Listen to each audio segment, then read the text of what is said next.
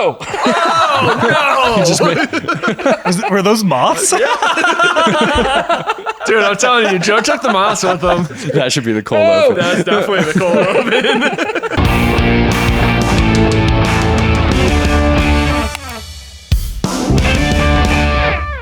Hey everybody, welcome back to Human Reaction, your weekly source for independent commentary on cultural news and politics, where it's always our mission to arm you with the tools you need to cut through media misdirection and resist the mono-narrative. We have a great show for you lined up today, but first we have to announce that our good friend David is not here with us. He is doing some very important investigative reporting in the Caribbean. In fact, we have a photo from him on his way to Epstein's Island. Yeah, what we got here is he took a picture and sent it to us of actually Epstein's Island. He was right there. He was right there. We're going to figure out what happened to the client list. David is down there doing the hard journalistic work, and we appreciate him for it. If you don't see him again next week, it's all about round-the-clock sex. Come on, man. You know where to find him. In lieu of our good friend David, we have our other good friend, political commentator, law student, and the newest member of the Human Reaction team, Liam McCollum, joining us today. It's great to be back. I was just in here, what was it, last week for the Dave Smith interview, and then I think this is my first time in studio as an official partner, but I was on your last week podcast, and it's great to be here. Awesome. It's great to have you. And Kyle Mack, as usual. How are you, sir? Hello. I'm doing good. Good. Happy to be here. Awesome. No, nothing weird happening in your life. You're not going to visit Epstein's Island. No, I stayed away. I tend to try to stay away from those places. Yeah. It's usually best to stay low, I think. I think that's true. Mm-hmm. Bennett back there on the buttons. We appreciate him as always. Today we are talking about the DNC as the Dems gather to reinforce why their coup of President Biden was such a good idea and tell America all the things that they're running on, which primarily comes down to fighting for democracy and Orange Man bad. Yes. Meanwhile, the RFK Jr. campaign may have just decided that Orange Man good, and we'll talk more about that. Have they decided to drop out of the race and maybe throw their support behind Donald Trump? We shall find out. Before we get started, Kyle, what do you have to say? Oh, I just want to make sure that everybody likes, comments, and subscribes and hits the notification bell if you're on YouTube or leaves us a review wherever that happens. You know, that would be great. That would be great. I would love if people did that. And also, I want to thank our members. And if you would like to be a member where you can get some exclusive content, join us at humanreactionpod.com, where you can see how to support us, and you can also check out our merch. That's right. You can get something like this cool hat, or we got shirts and all this other stuff. And it's a very cool hat. It looks good on you. It's a cool hat. I like and it looks hat. good on you, too. And also, you can join our Discord, where we drop dank memes and talk about the news with everybody. This one coming from our Discord pro, Adam. I believe it was Adam that sent this one in. Are you one of those QAnon conspiracy theorists? No, I'm worse. I believe QAnon is a psyop, and I have a whole conspiracy theory about that as well. Too true. That's one of those ones where you're like... I think it's just true now, right? Like, that's not even us. I mean, I don't know. The proof is going to have to be in the pudding on that one, and so far, we don't have anything. If you are a small business owner looking for exponential growth, you have to connect with Adam Thune at Intellectual Patriots. He will revolutionize your business game and help you get to the next level. Adam can streamline your business practices and advertising strategies to improve your bottom line. His expertise in data engineering means he can build you the systems you need to collect and analyze market data. His mission is to provide you with invaluable insights to fuel your success. From grant writing and business proposals to digital systems integrations, even AI management. Intellectual Patriots is a one-stop shop for cutting-edge solutions. Don't wait another second. Visit intelpatriots.com to learn more. That's INTEL patriots.com. This episode is brought to you by Revved Up Promo, the official apparel partner of Human Reaction. Revved Up is a premier full-service shop specializing in laser engraving, screen printing, and embroidery. Not only are they now making all of our apparel right down the road from us, they can do the same for your brand and ship it to you anywhere in the world. Revved Up helps you navigate the extensive universe of merch options and uses state-of-the-art techniques to showcase your brand in its very best light. So if you want to support our show and our generous sponsor, you can now do so by buying our merch and by turning to Revved Up Promo for your own custom apparel needs. Reach them at revveduppromo.com. That's with 2 V's and 2 P's, or just check the show notes for a link. All right, well, getting right into our top story. The DNC is happening this week, and just to lay it out up front, we are recording this in... I guess the early part Thursday of the final morning. day, right? Yeah. So Kamala hasn't spoken yet, But most of everybody else of note has spoken, like Walls and the Clintons and all of them. The Obamas. Biden. They squeezed him in on the first night there. Bill Clinton, I think he was last night. Yeah. Yep. Totally brain fried. He is very brain fried. He's been having fun in his retirement years. Yeah. So by the time this episode airs, it will have ended, but at this point in time, we are missing the Kamala speech. So don't come at us. Yeah. Sorry. But there is so much other stuff that's happened in this entire event. Like it's been crazy, and just the amount of speeches and everything that has been said. It'll be crazy to get into. But the first thing I think that is probably notable is this. I pulled up an image here. This is just from the DNC night 1. You can see kind of where the priorities lie across the entire convention on the things that have been talked about. Donald Trump was mentioned 147 times. The economy was mentioned 27 times. The border 8 times. Crime 6 times. Prices 5 times. Inflation's 3 times. Wow. So really, I mean, this kind of just sums up the Democrats' real platform Orange man priorities, bad. right? Yeah, I mean, and it's really hard for them to do that because like most elections are referendums on the last guy, and like Donald Trump hasn't been in office. So it's really hard for them to run on the same thing. Like I saw in Biden's speech, he mentioned Charlottesville, which happened, when was that? Like 8 years ago, 2017 right? or Don't something even like remember. that. Remember Biden announced his campaign with a video about Charlottesville, and he said that was the reason he ran, which obviously it's not the reason he ran, but that is the narrative on the reason why he ran. what is the because consultants just told him to say. Because everyone was so scared about these men with tiki torches in Charlottesville, right? Can you believe though that at this point, after so much has gone through the media cycle about how that quote was taken out of context and totally manipulated to make Trump look like he was praising racists, we know it's fake, that Biden is still up there on stage saying that very same line? Can you believe that? I mean, but that's the thing though, Yes. is they really have nothing. They really have nothing, and they're running against Orange Man Bad, like you said in the intro. Well, and that's the thing too, is that's kind of the theme with the types of talking points that have been laid out throughout this entire event.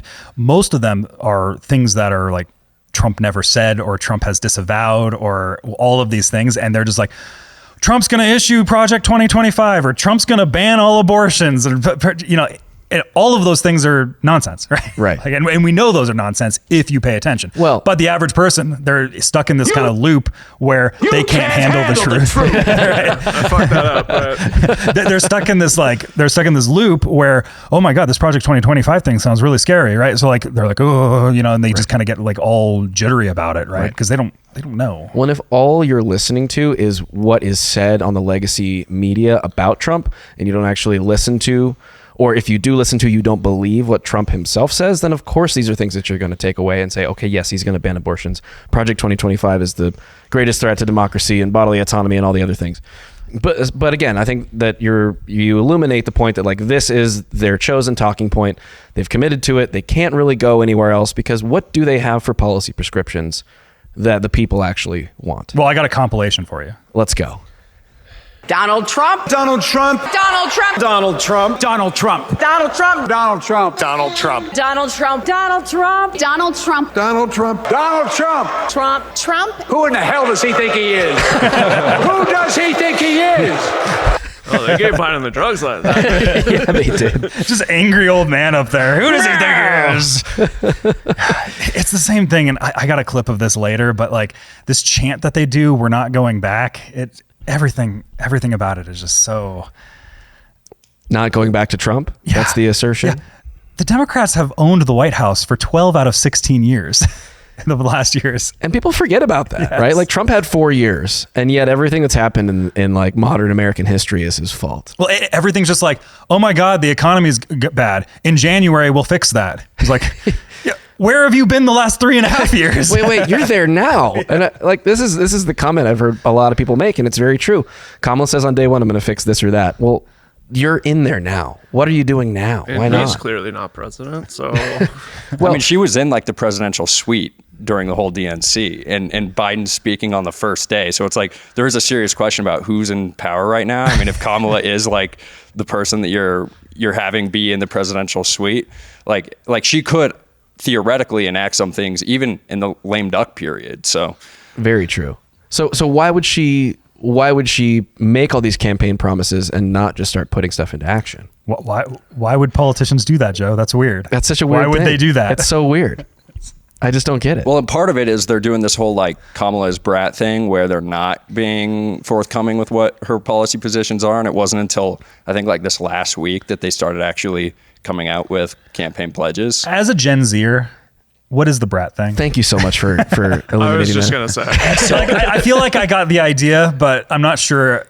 You know, at this point, it's too late to ask. You know, it's Enlighten us old fogies, So please. I mean, I think there are multiple Gen Z fellow camps kids. going on right now. Like I'm totally out of touch with it. But what I understand is that it's like Charlie XCX, like the artist, has like this brat thing. And Never heard of him. and the pretty whole sure it's a woman, though. The whole idea, though, I think, is like she is kind of clumsy and doesn't really know things about politics, and they're like leaning into that. Like it's like Wait. Brat so means the whole thing is like I'm a ditzy girl. That's kind of what that's how I understand it. I could be wrong, but like that's why they came out with it, and they were like, well, she doesn't have policy positions. They're going to come out with them like next week, and so they were leaning into the brat theme before she really had a position.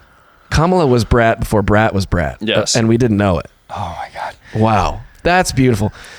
I'm so glad to have you on this team because you I'm really looking it up. you're speaking I have to to fact us check. from a new generation. Yeah. We don't understand. I hope you're wrong. It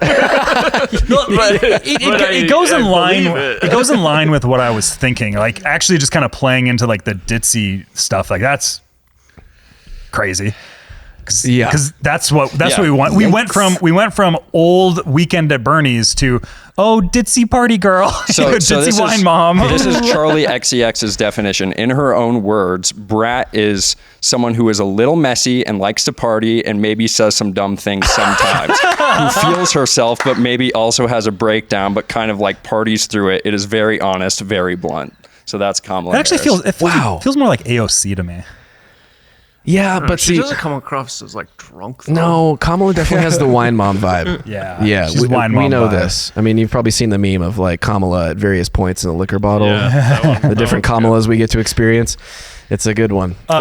You know, one of the other interesting lines of attack in this was that Donald Trump. Are you Trump. wine mom? Right now? I'm a little too wind up, A guys. little Donald drunk over here. This early morning. Donald Trump would weaponize the DOJ and the FBI against his political opponents. Wherever would he get that idea? I don't know, but this was one of the kind of viral moments that I saw where it was just like, we're playing this game. Donald Trump would be able to weaponize the Department of Justice to go after his political opponents. He could even turn the FBI into his own personal police force. That is not how it works in America. We do that. That's how it works in dictatorships. Oh, really? I saw a compilation. There was a compilation going around of the lizard person trying to keep her tongue in. I was just going to say that. we were giggling about that, and I don't know if that would, if better we'll mute that over the stuff, but No, we you were better not. We were kind of giggling about that of like her just bringing her tongue out between all of her sentences, and there's a compilation of that online where it's like the goodness. lizard people trying to keep their tongues in. Our audio listeners are really going to be missing out on that one because Yeah. that was special. But It's a jump scare. Speaking of audio listeners, I do want to give Brett a shout out because she brought us some stuff from Yes, very From true. Donald Trump. We've Yeah. got pastries on the yeah, table. we got Thanks some to our pastry. friend We got Britt. our pastry girl. Yeah. So she told me she's an audio only listener, so I'll give her a shout out. Thank you, Britt. We appreciate you very Yeah. much. I don't know why I just pointed at the camera because you're not watching this, but that's okay. But the people on YouTube and Spotify, they'll know. They'll know. They'll know. Okay, so obviously the whole Trump is going to weaponize the DOJ against his political opponents thing is like just incredibly ironic. Is this? Tell us why. Is this earnest, or do you think this is actually just like lack of self-awareness, or them just trying to project what they're doing onto the other side? Can it be All of the above? Yeah. And to a certain extent, like I kind of hope they're right, because they're like, if you are actually going after real corruption, like, is it that bad of an idea? Like, I would actually like for Donald Trump to get in there. Well, that's actually the kind of the next series in this narrative thread that I'm pulling here is I want to go to Hillary Clinton's moment in the speech where the crowd had an interesting chant. So I want to just, and maybe this reminds you guys of going back to 2016, and we can see this. Take us back in time, this Kyle. thread here. Can we hear Joe's thought on her fit first? Oh yeah, How does Hillary look here? I actually have an opinion on this one. It looks like she recently took a trip to Guatemala and bought some high quality Guatemalan coffee beans, and then had her stylist craft that burlap sack into some sort of fashionable suit jacket thing. I see it. Do you see it? Yep. Yeah. What's your take on her fit? I'm going from a Gen Z perspective.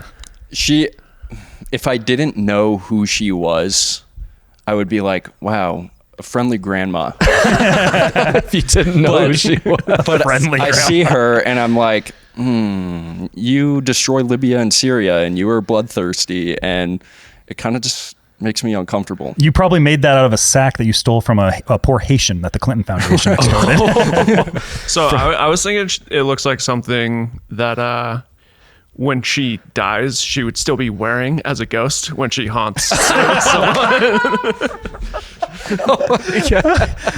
Well, anyways. The fit check is strong in this group right now. Anyways, well, and I'm sure the crowd was feeling those vibes too as they were busting out into this chant here. Donald Trump fell asleep at his own trial. And when he woke up, he made his own kind of history. The first person to run for president with 34 felony convictions.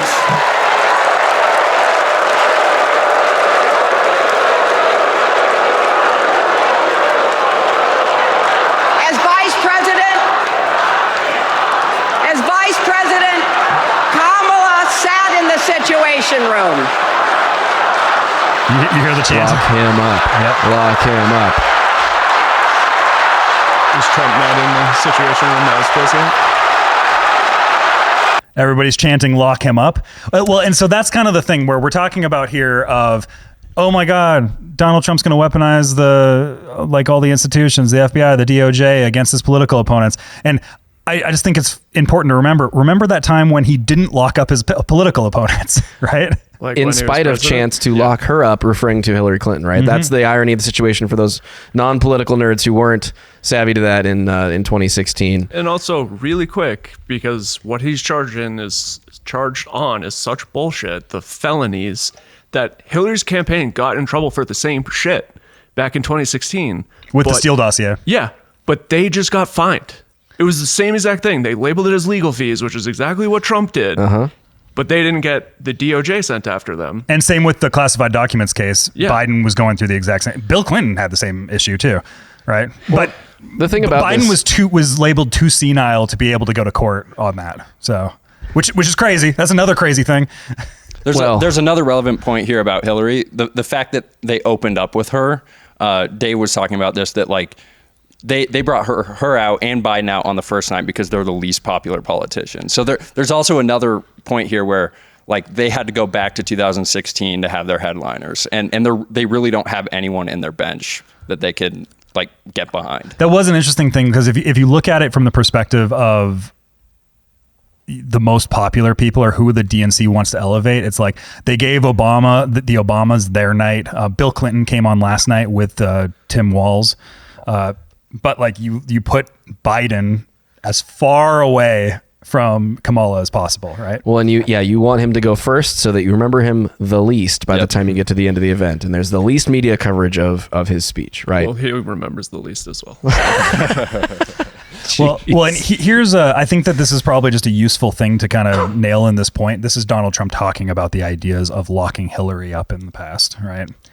That's a really bad thing. You know, in the years before, and I've said this a few times, not too much, but with Hillary, she was subpoenaed by Congress to give everything she's got, and she burned it, she acid washed it, bleach pit they call it. Like a pair of jeans. Totally scrubbed it, and then they broke everything with hammers, with fire, they burned it. And then she said, I don't have anything. Well, it turned out that she had a lot to give. And everybody said, lock her up, lock her up. And I used to go easy, just easy, easy. Then we won. And I said, wouldn't it be terrible? And you know, I lose. Some people are upset when I did this, but you have to look at it maybe differently now. I say, wouldn't it be terrible to put the wife of the president, former president of the United States, into a prison? Right. It's a very measured take. Very measured take. Yeah, I mean, does he mean it? Just to point out something that Dave Smith also said is like, it's not like Trump wasn't saying that. Like, he did say it. And I think he admitted to it. He's like, I have said this in the past. I'm pretty sure he. Okay, I thought kind he was of saying. I thought that. he was alluding to saying that they shouldn't lock her up in the past. Oh. That's what I thought. He was kind of. Well, Ian, there's the famous moment in the debate where he's like, "You'd be in jail," you know, that type of stuff, right? But it was one of those things where he was running on just the blatant corruption of these people, right? And a lot of corruption to go around, right? But true. But that has always been kind of the precedent, is that former presidents, all that stuff, you know, pardoning former presidents, you know, that you had that with Nixon. That has always been kind of we're entering new territories where there's just all these legal like lawfare going on people, like on your political opponents, and it's kind of like all on one way. It's like the outsider political opponents tend to be the ones that get all the lawfare, right? Right. Well, I mean, I guess to the Democrats' also, credit actually, here, sorry to interrupt. Also, Steve Bannon is currently in jail. Right. There's also that, right? And Peter Navarro recently got out, correct? Another Trump advisor. Yeah, because he wasn't. He's he was out in jail. now. I know he's out because he was at the RNC. I remember Tucker calling him out. Right.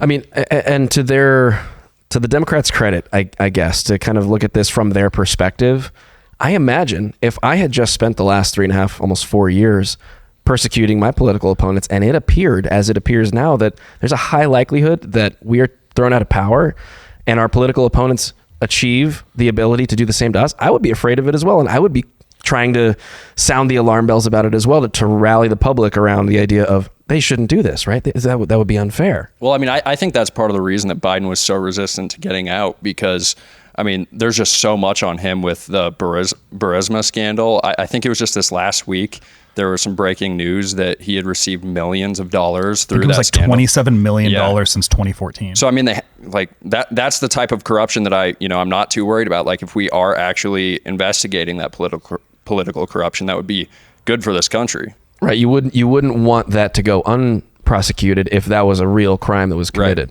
Right. Yeah. Well, and I guess this raises another question of, towards the end of this administration, do all of these people get pardons as they, move out? Especially if they know the Republicans are going to take the White House. I mean, that could be why that news is coming out right now. They're trying to get ahead of it, and then they might pardon Biden, right before they leave office. Yeah. I could also see as an effort to heal the country, yeah. If Trump gets elected, as an effort to heal the country, I could see him doing some sort of like diplomatic unifying type of thing. Oh, Trump doing it. I could see something like that. Interesting. Or just not pursuing things, which is kind of what he did with Clinton, right? Where he just didn't pursue. And, he had a lot of reasons to be vindictive towards her. Like the Steele dossier, which Bennett brought up, is one of those clear examples right there. It's not just the like what she did with like the mislabeling of things with the campaign funds. Right. It's the whole idea of like setting up the Russia conspiracy hoax and bogging the entire presidency down and like labeling Trump as peeing on hookers in Russia and all this stuff. Like that all that was all that story, right? Yeah. I would just hope that he exposes it and then pardons. Because I do think that is wise. It would be good for the country, especially with what we're seeing in this like populist force. And we're going to get into the RFK news and whether he's dropping out to endorse him. But like, if that is the move that they're making and they're trying to unify, it would be nice to like expose and then pardon. Yeah, because it is one of these things where there's an awakening that's happening in America where people are just generally more privy of how corrupt the system really is. Like, and I think it's just because the internet exists and everybody can get their information from so many different places and putting that out there for people to be like, it's always good to have a reference point where like, whenever the next stuff happens, we can be like, well, remember when this happened? Remember Burisma? Remember whatever? We can point to those things and be like, see, nothing's changed. We can say that a decade from now when the new scandals start to happen, right? I have a quick question, just going off Liam's point about that news coming out now and pardoning Biden and everything. Can Biden pardon himself, or would they? Yeah, I think so. Would they have to invoke the 25th, put Kamala in, and then pardon Biden? I believe a president can pardon him or herself, but I don't know that that's ever been done. Has that ever been done? Looking it up. I don't think it's. I doubt it. Like, it'd be something where like the political will factor is kind of because I feel like awkward. I feel like that was one of the things with Trump potentially getting back in is he can pardon himself, which I believe has never been done. I think that's been like a concern of the left. Well, and one other thing I think you're right about just this whole dynamic here. I mean, if Trump does assume the presidency next year, is he between a rock and a hard place as to whether or not to prosecute? Because on one hand, if he doesn't, it's one thing, I suppose, if he sort of illuminates the corruption and then pardons it, but then also what kind of precedent does that set for future corruption to go on? Oh, well, even our political opponents are so afraid of us, or so afraid to actually take action. Like the Republicans, I think, kind of often get that sort of rap that they won't even do anything about this corruption. And so if he doesn't do anything about it, it's going to continue for sure. But if he does do something about it and he does prosecute, then he gets labeled in the media and on the left as, oh, of course, we knew this would happen. We called it out ahead of time. He's a threat to democracy. He's trying to jail his political opponents. And obviously without any self-awareness of the fact that they've just spent the last 4 years doing that exact thing to him. So where does that leave him in like the political calculus of this moment?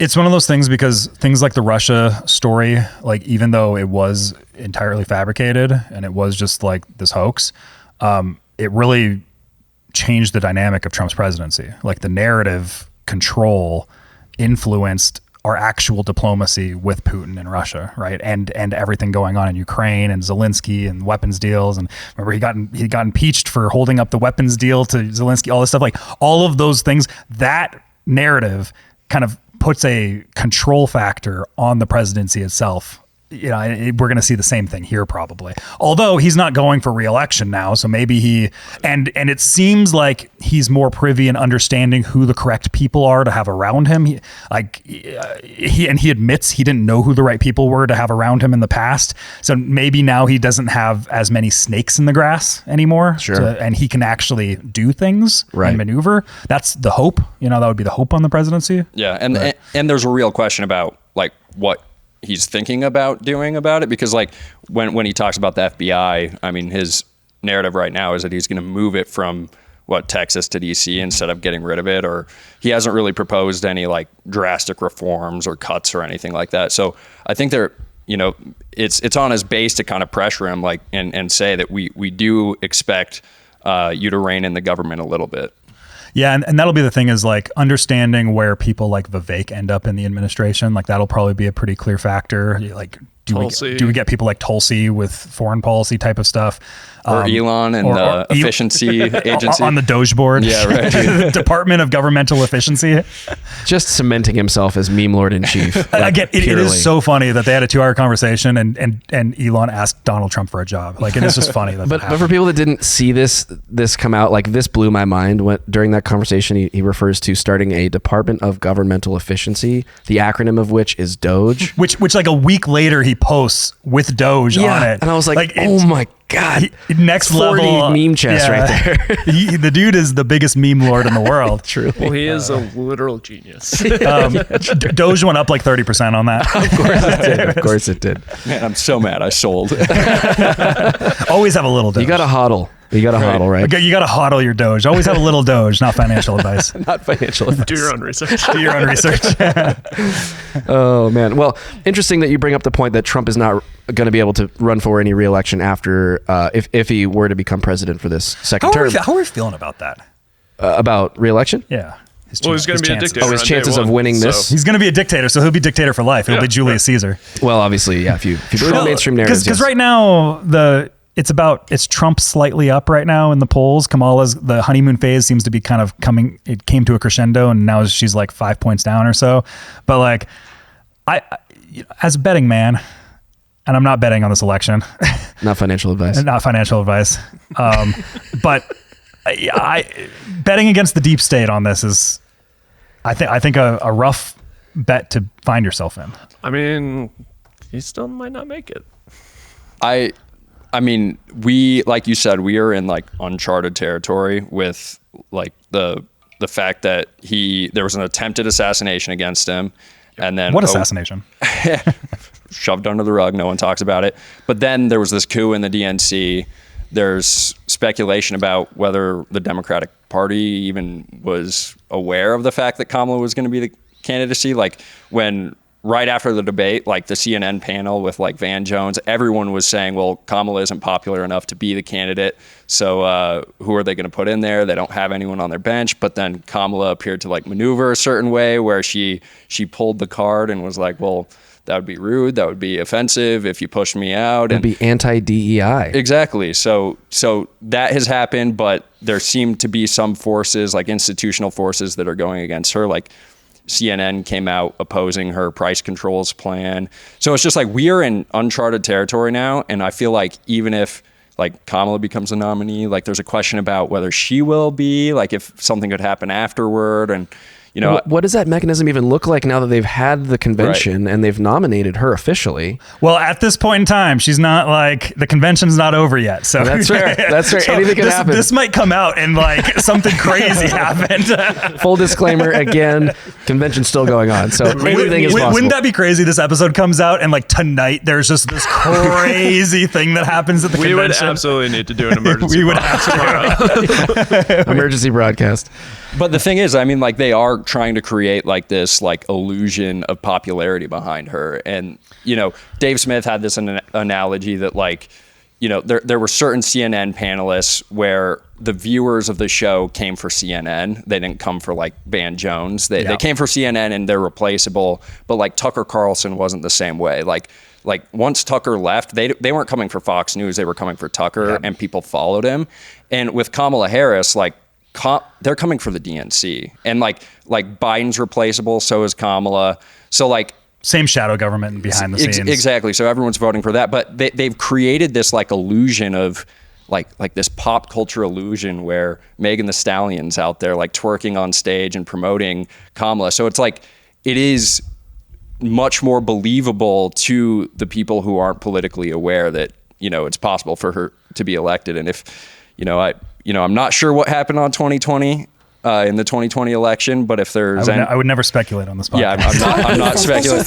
But if I'm going to grant anything, like it's more believable, and they could pull something like that in November because of this veil of like this illusion of popularity that they put around her. I think you're right. That's part of the play is they have to make it look like it's close enough so that if and when it comes time to pull some strings, wink, wink, nod, nod, that it looks feasible. But the polls we're getting into some. That just sounds overly conspiratorial, Joe. Look, who would ever do that? I didn't say anything. Okay, I didn't say anything. Wink, wink, nod, nod.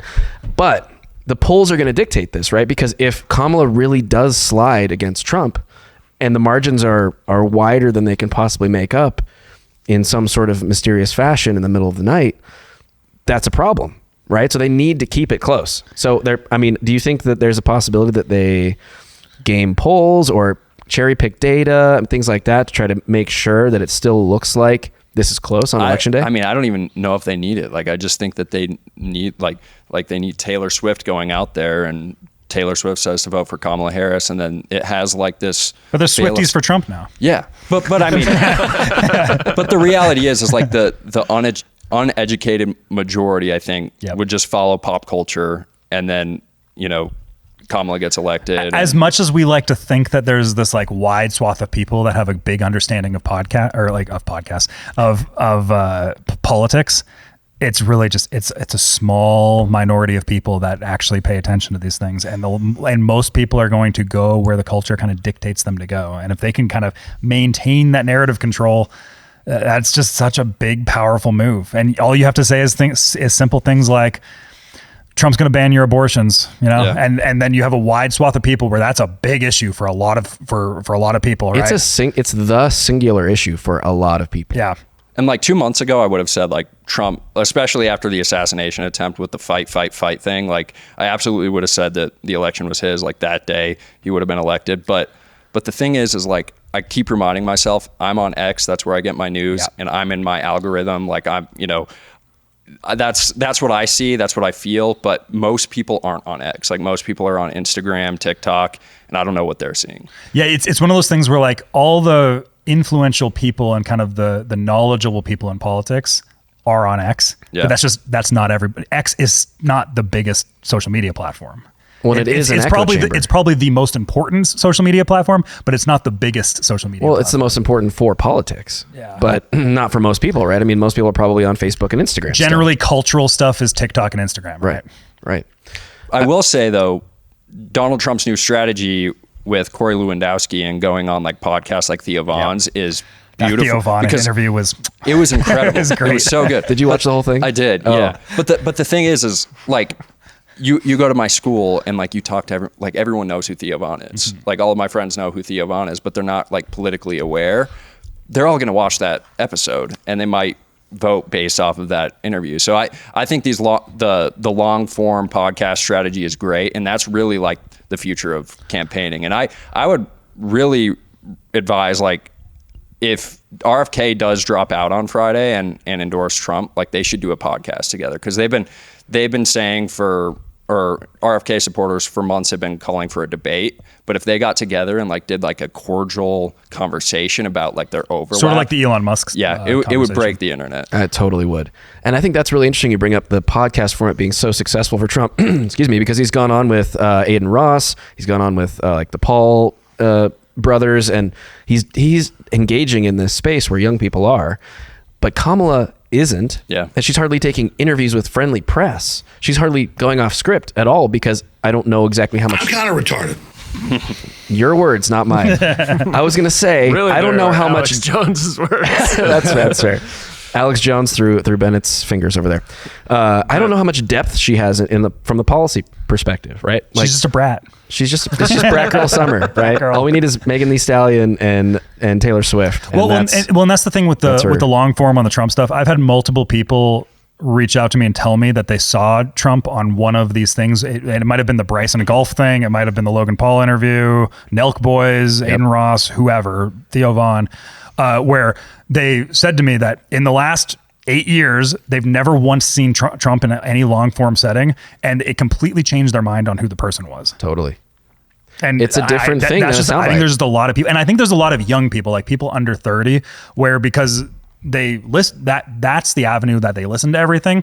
This is the first time that Trump's actually speaking to them on like a platform that they recognize. Yeah. Right. Well, and I also think that we're just like in a completely different time. Like 2016 was totally different, and the way that they were able to like convince the culture that like, you know, Trump was this rude, misogynistic like guy. I mean, that was effective in 2016, but now like I think we have reached a moment where there's like a parallel economy in media. Yeah. Where like, you know, Shane Gillis is back on SNL, and like that has like a profound effect on the culture. Like Theo Von's control over media is very important. And the fact that like people like him are willing to interview, you know, dissident politicians like RFK and Donald Trump, like we have no idea the impact that would even have. He just had Bernie on last week too. Right. Like that's really incredible. We're in a completely different time where I think like we're kind of like, you guys have talked about like peak woke, but I would argue we're kind of like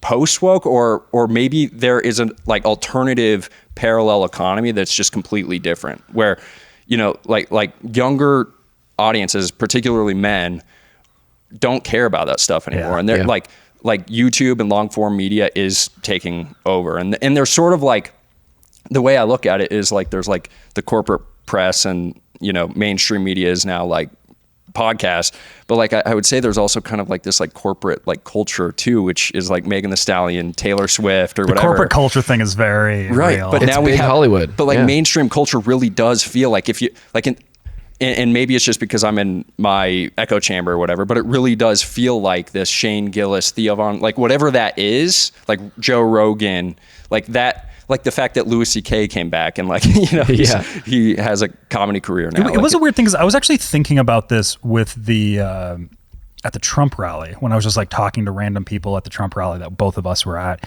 And you could tell there was like this vibe that existed there where it's like, oh, okay, we're like on the same page. Like you can just like tell with random people that you're talking to, like you're not like guarded with your words because everybody kind of has like similar starting points almost. Yeah. And there's like, you're almost like a few steps ahead in like the just initial conversation that you're having with random people. And I think part of it is just like, okay, we all like everybody in this large stadium has like some sense of getting their information flow from similar places. Yeah. Where when you talk to, when you just meet like other people out in the world, like random people, you can kind of tell we're like, oh, that is somebody that's just like in a completely different world than I am. Well, or like, or you meet another person and you're like, oh, that person gets it. They're like in the same kind of vibe that I'm in. Right. There's something like that. And it's the parallel media thing. Like, I think that's a very real point. Well, it's very true. I mean, it does exist. And, you know, obviously we all get to experience that every day. It's almost as if people have two completely different sets of facts that they're operating from based on the media that they consume. Alternative facts. Which is it's a terrible place to be, really, because it's like, how do you cross that divide? If you can't even agree on a common set of like what is actually true, well, how do you converse? How do you debate? I really do think that the DNC and just like the Democrat regime, like not just the party itself, but like the press around it, like they really are just behind. Like it seems like there's this counterculture that's happening with like Joe Rogan moving to Austin and having his new comedy show and you know, just like alternative media, like and again, maybe it's because I'm in my own echo chamber, but I feel like they don't have that. Like the Democrats don't have that, and they're dealing with the same talking points from 2016, like with Biden bringing up Charlottesville, and I don't think that's effective with the people that they need to win, especially after the pandemic, and you know, like with RFK bringing over a lot of independents. Like I just think that more people are interested in long form conversations and actually fleshing out ideas. And I would say that's the same with Republicans too. Like it's not the same old Republicans either. No. Like Republicans in 2016 were much more partisan and I think like beholden to their man. But like my grandfather, like he's kind of like the litmus test to see where everyone's at because he watches Fox News and all these things. Like he's calling me up and saying, well, the reason they're saying that Iran wants to kill Donald Trump is because, you know, they're going to kill Donald Trump and they're going to blame it on Iran because they wanted this war for, you know, years. Your grandpa said that? My grandfather, he's 80 years old, right? So it's just like if he's saying that, like, and then, you know, like I talked to my conservative friends and their grandparents around Telegram and stuff. Like, it's a different Republican Party. Like, it's awesome. A different Republican Party. It totally is. It totally is. Well, that's the thing too, is because like when we're talking about this big tent that's forming and where we have the Trump ship that's courting people like the libertarians, they're courting the dissident tech folks. There's this cultural vibe, and it goes into what I was saying there with like how I felt at the Trump rally, where it's like all these people are kind of getting their information and they're all participating in the same like media atmosphere. It's like the types of entertainment that they take, the people that they listen to for their politics. There's this group that's forming at large that is just completely separate from the mainstream, and that's so powerful. And I think that's going to last for a long time. Like I feel like we're seeing the beginnings of something that's like maybe a century-year-old movement. Yeah. And right now it's like, we're thinking like this is like the early progressive era, but this is like our version of it, right? Like it's like almost like Donald Trump is like maybe like the Teddy Roosevelt for the beginning of this, but we still have our Woodrow Wilson coming. We still have who are going to be like the ideologues that set things into stone. And we're all partaking in that and having different pieces in how that like much larger meta movement. And I think that there's an opportunity for that to be guided, and there's an opportunity for it to be like the ball to be dropped. Like I do think that the ball to be dropped is a very important point, because like it can be, movements get co-opted. Yes, because we are in the very early stages of this, and I think that the broader culture might not recognize how important it was that Donald Trump came to the Libertarian Convention. Yes. But like I do think that if it's handled correctly, I think that will have a profound impact on the future of the Republican Party, being that like Vivek is the most popular candidate probably for 2028. Like I don't think JD Vance really has the energy behind him to like, you know, try to make a run for it and be popular with the base in the same way that Vivek would. Like I'm talking to all of my friends my age who are Trump supporters, and they're upset with the Vance pick. So I think like we really do have an opportunity with Vivek being that young too to really make some inroads. His relationship with Dave Smith is growing too. Huge. Dave Smith's becoming a very important voice in that crowd, which is great to see. Yeah, and hopefully as the older generation, you know, for lack of a better term, dies off. They Rude. Rude. They won't worry about how brown Vivek is as much. True. Well, and I think There is a lot of that exists. I know, and it's like his lack of Christianity, which I mean, I don't give a shit, but that is a factor. Well, unfortunately, it is, and this is, I think, where the most immediate ball could be dropped is that boomers are still the largest voting constituency, and even though Trump is appealing very well and effectively to young people, can the Republicans mobilize those voters to the polls in November? If they can, I think there's a really strong chance that Trump takes it. But historically, young people don't get out to vote in great numbers, and the left has really owned those get out to vote movements with young people because they're showing up at concerts and they're showing up at, pop cultural events and stuff like that. And so that's going to be the first test, I think, for the Republicans. The second test, as you guys just alluded to, is who's going to inherit the America First movement once Trump is out of the picture. And ostensibly, because he's going to be, older by the time he runs again, if he were to not win this election, he couldn't feasibly run in 28. That wouldn't happen. So who is going to assume the role of, leader of this movement? Obviously, J.D. Vance is in a prime position for that. There are other figures, I think, that a lot of us libertarians like more, like Vivek.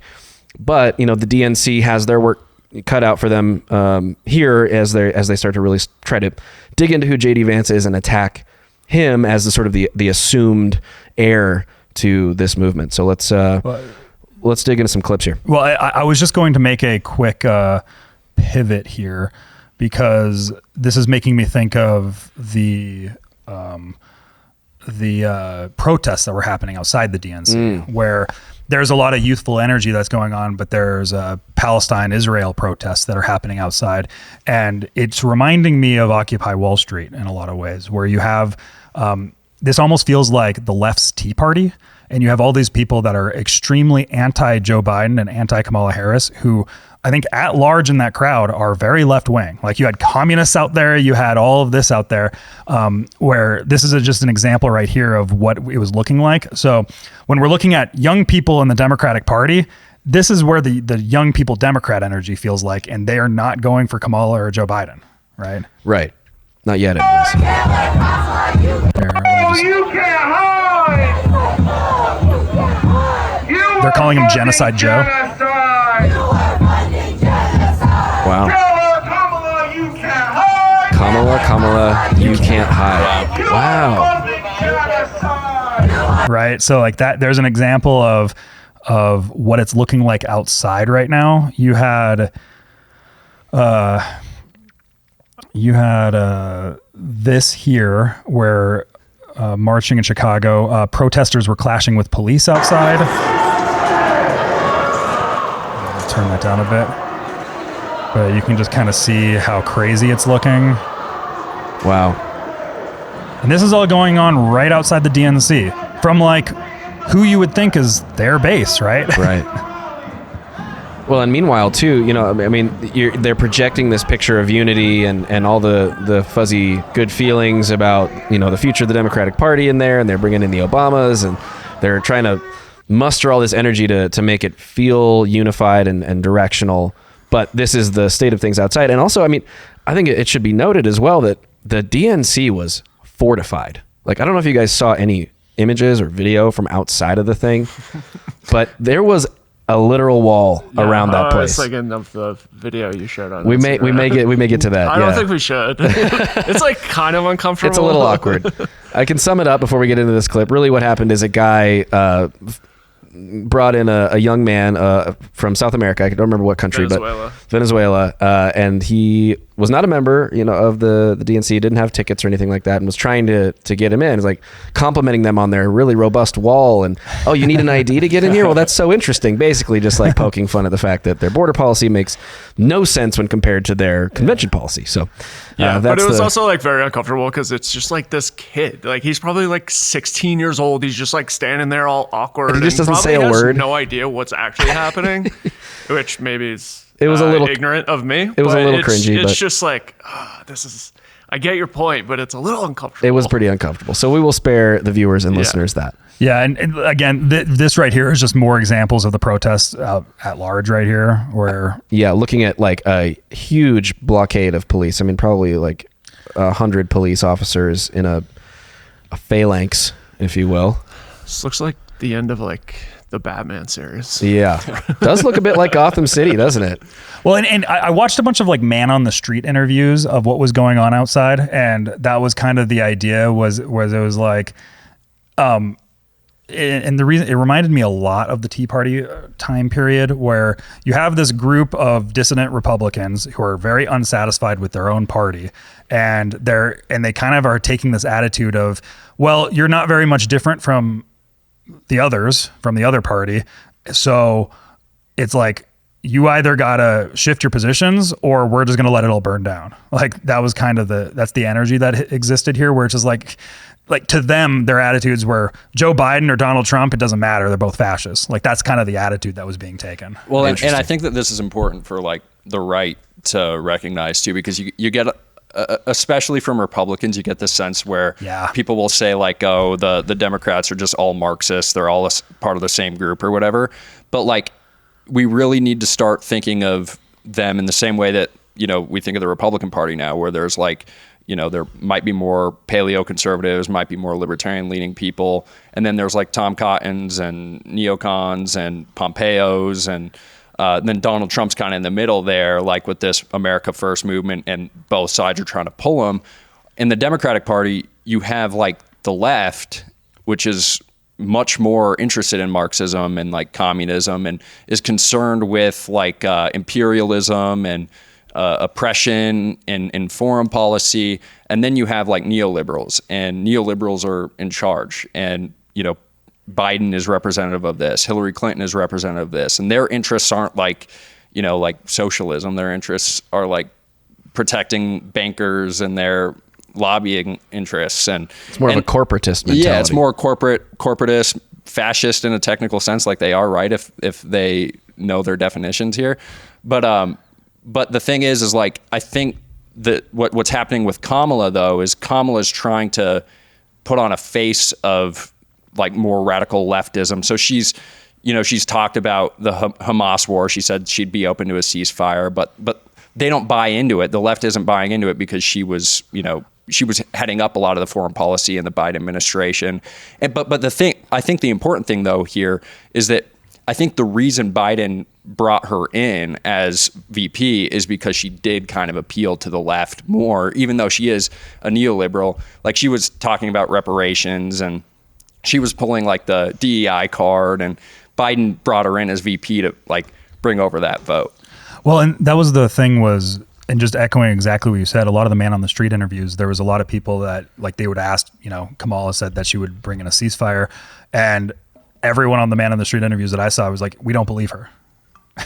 And that's another thing for Republicans to recognize the dynamic on this Israel war within the Democratic Party is a lot of Republicans have this idea that Joe Biden's basically a Palestinian, or Donald Trump even says that. It was like, he's just like a little Palestinian.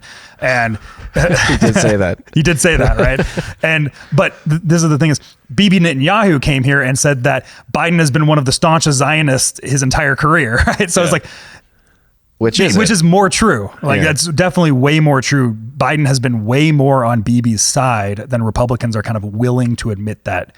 And it's not like young Republicans get this. It's like the boomer Republicans that don't really understand this dynamic because they've been kind of locked into a certain mindset for so long.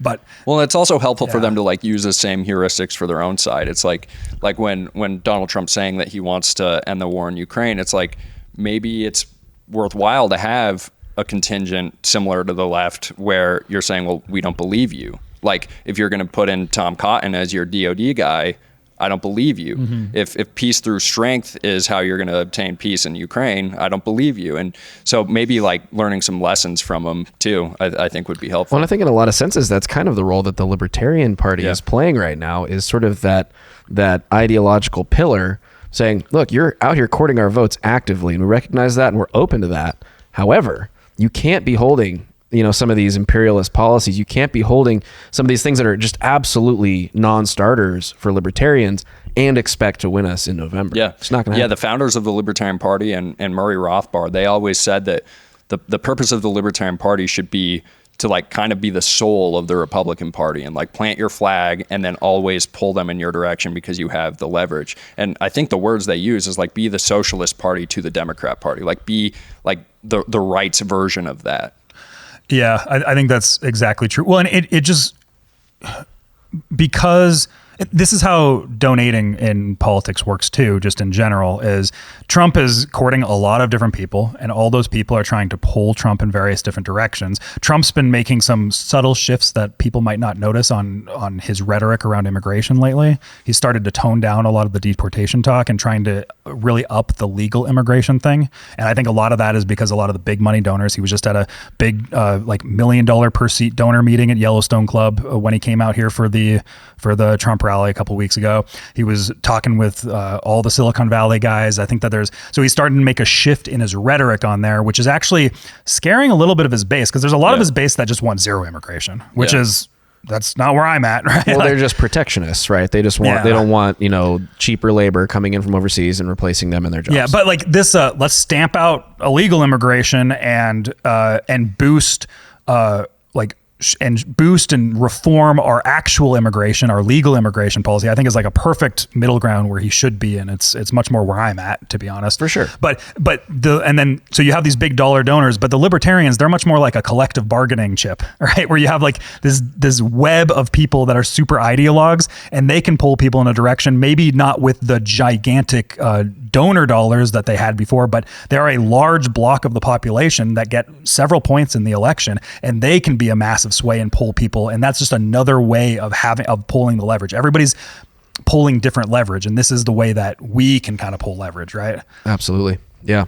I want to shift to there's some commentary and critiques that kind of happened around the DNC. One was they let Bernie talk. What? And he had some interesting things to say. Let's hear from Bernie. Yeah. What did he have to say? Are they regretting letting him talk? I think they put him on the first night. So I think it's on the night that everybody's like, just put all the people. They hedged their bets on Bernie. Same and it was a good thing. Yeah. Here, let me just get this is sort of like the Lifetime Achievement Award night of the DNC.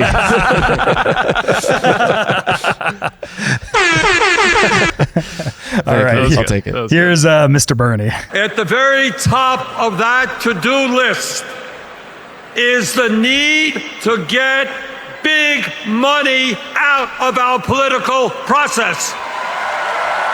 He says to a bunch of big money donors. Billionaires in both parties should not be able to buy elections, including primary elections. At the very top of that. So what is he alluding to? The including primary elections. Yeah, what is he alluding to there? Right? Explain that. Well, I think it's layered. I think there's layers to this cake that he's building here. I think there's references to 2016, right? Obvious. What happened? Layers right there. Well, there was this incident that happened where WikiLeaks dropped a bunch of information showcasing emails and showing collusion with Hillary Clinton and the DNC, and also with like CNN and with debate prep and all this stuff, basically trying to oust Bernie. And there's also all this other collusion that happened in the primaries in 2020, where you have like who drops out and who doesn't drop out during Super Tuesday. Like Elizabeth Warren stayed in, who courts his voters, who's just a complete fraud, right? Like she's a banker person. Like she's always been the banker person, but she makes herself like this, like I'm Bernie Light and I'm a woman, and I'm Indian. but then you have Pete Buttigieg and Amy Klobuchar drop out, who's not pulling the vote. And they went into Biden. So you have all that, right? So he got shafted in a lot of ways when he had like a real grassroots movement within the party that was like 30% of the party. In a sense. Totally. But so yeah, he's talking about that. But then you could also layer this to just what just happened with the coup and how the primary turned out, right? Where you're like, you have big money interests. Lack thereof. Or lack of a primary, whatever happened there, right? I mean, the precedent that was set with Bernie Sanders led directly to what happened with Joe Biden. Exactly. Completely. It's just total totalitarian control of the party, no actual democratic process within. Yeah, I mean, I think it was the Bernie campaign sued the DNC, and the result was like, they came back and said, yeah, you could essentially go behind closed doors, pick the candidate, and that'd be legitimate. And that's what happened. By their own bylaws. Yeah. Right? They literally skipped the primary. They did it. Yeah, they skipped this primary, and Kamala Harris has never gone through a primary. Like in 2020, she dropped out before the primary really started in 2020. She dropped out in 2019, December 2019, right after the debate with Tulsi Gabbard. So she completely before Iowa. Yeah, and then they elevated her to the VP for the woke reasons, and then she completely skipped this primary too. Like she has never gone through a primary system, but they have elevated her, and she's the potential candidate and potential president. But Trump's a threat to democracy. Exactly. Never forget it. Never forget. Well, I think it's very interesting too, as you referenced the Tulsi Gabbard debate, where Tulsi basically lays her out on her hypocrisy with the way she put black men in jail for smoking weed and that sort of thing, and then laughed about it when she was asked if she smoked by the weed. way, Trump just brought on Tulsi for debate prep. You took the words right out of my mouth. Now the Trump campaign has Tulsi in their corner, helping him prepare for debating Kamala. So you can bet safely, I would say, there might be some rhetoric around that. It's going to be. I do hope it helps, but he's such a wild card that he might just like totally ignore all prep. Although he's like, if you look at it, his recent debate performance with Biden, like I felt like he did what he had to do. I think he prepared well accordingly. And one of the biggest things was just let Biden talk. I was going to say, yeah, that actually, I like forget that he was there because we just think of and I was going to say this earlier, that it's not just that it's like a new Republican Party either. I think it's a new Trump. Like Trump has really learned from 2020. I think so too. I think he's really gone through a transformation. Like, and from being shot. He's also older. Like I think he just doesn't have the same energy or whatever, and he's kind of calming down a bit. And like he's not on Twitter all the time. Like he's definitely been reined in a bit. And so I think he might be able to do it and take talking points. Well, and that's the thing, is his brashness is what turned a lot of middle American voters away from him. Yeah. Like if you, there's a lot of people that I know that are like, you know, I support in general the Republican Party or kind of like that direction, or I'm like maybe more libertarian leaning, but I cannot get behind the guy Trump. He's just so, you know, whatever. You know exactly what I'm saying, right? Yeah. Like I just know so many people that were like that are now, one, because of all the craziness in the country, are much more leaning into Trump. But I also think that there's just like that subconscious nature of like, Trump is a different person than he was back then. Yeah. Well, and it's also like, it goes to the point we were talking about earlier with the culture war thing. Like, I don't think people care about the brashness anymore. Like, he has been in the public sphere as like a presidential candidate or the president for like close to 10 years. And people are used to it, and they know who he is, and it's already baked in. But like people are now concerned about like real issues that they weren't concerned about in 2016. Like Hillary Clinton was out there talking about culture war stuff, and like meanwhile we all knew that what she really cared about was foreign policy, since she's always been a foreign policy woman. Yeah. But like there weren't real issues that were impacting and facing the country, like the war in Ukraine, war in Iran, like the economy. So now I think people are just like, well, Trump's baked in, the brashness is baked in, like the culture is moving in such a way that comedy is more tolerable now. Yeah. And so people might just not care. I think the only people that would take the opposite side of that argument are people that would just never vote for Trump anyways, right, because they're dyed-in-the-wool blue Democrats and they have TDS all day long and will forever. But I think you're right. I think a lot of people, regular people, they just want to focus on the issues as much as possible. They're willing to put aside the Trump of the man is less than, you know, my ideal person, because of like the things that he represents and the things that he doesn't represent, importantly as well. Well, there's an element too where I think the population at large is growing more of a bullshit detector of like politician-y speak. You're full of shit today. Where we start to see more of like the Nancy Mace type of stuff, or Anna Paulina Luna, or any of these people, right?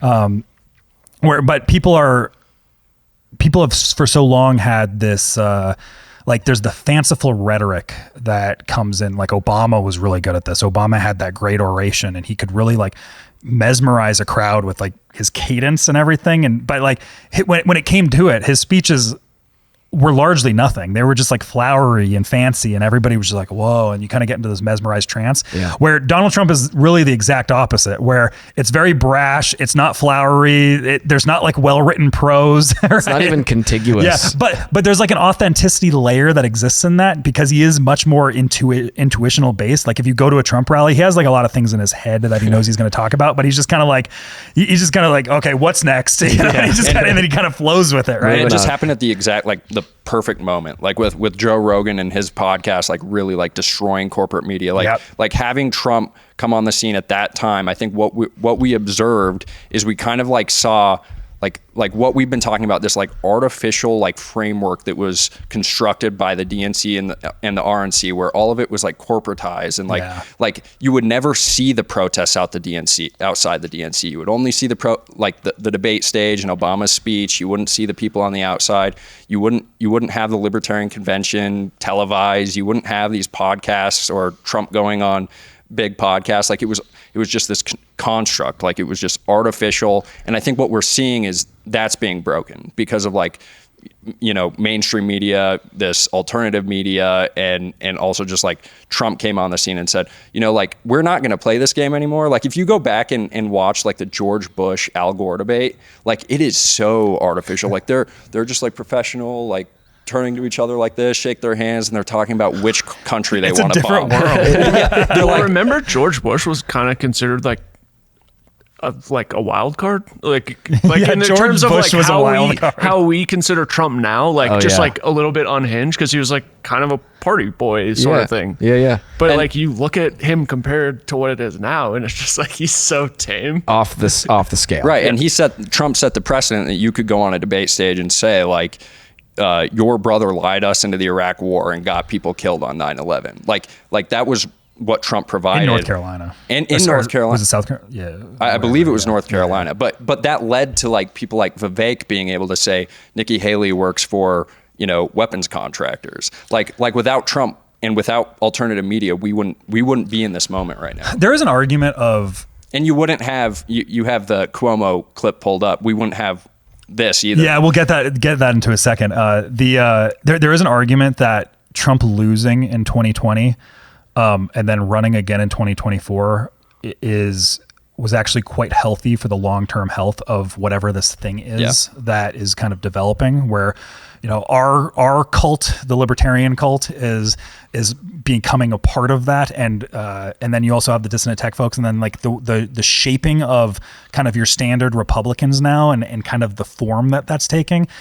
If this was all in 2020, it would not have been like that. And right now, I feel way more bullish on the long-term health of this thing, whatever this amalgam of a thing is, and the future of it over the next several decades. Like, we wouldn't have had that, I think, if Trump would have won in 2020. It's for a couple of reasons, too, because if he would have won, they would have been able to just say he's brash, he's rude, he's whatever, and it would have just been a continuation from 2016 onward, and they never would have seen the counterfactual. But now people have seen what a Biden presidency looks like, and it would have been pretty similar to a Hillary Clinton presidency in 2016. Like, probably would have had an all-out war with Russia. I mean, she hates Russia. Yeah. And it's also the fact that, like, you know, because he lost, Trump now has to actually go out and contend with ideas.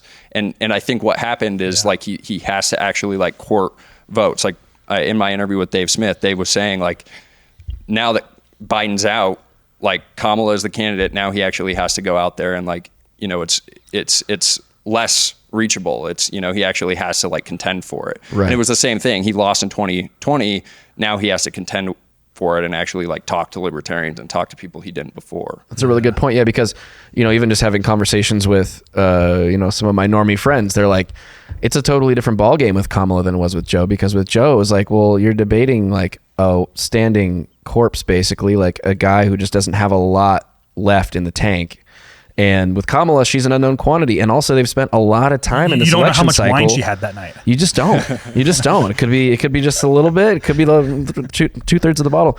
But, you know, but because they spent so much time campaigning against Joe Biden and not Kamala Harris, now they have to come back and like kind of retool their approach. And I think you're right. I think that does mean that because, you know, she's not Joe Biden, she has a little bit more energy.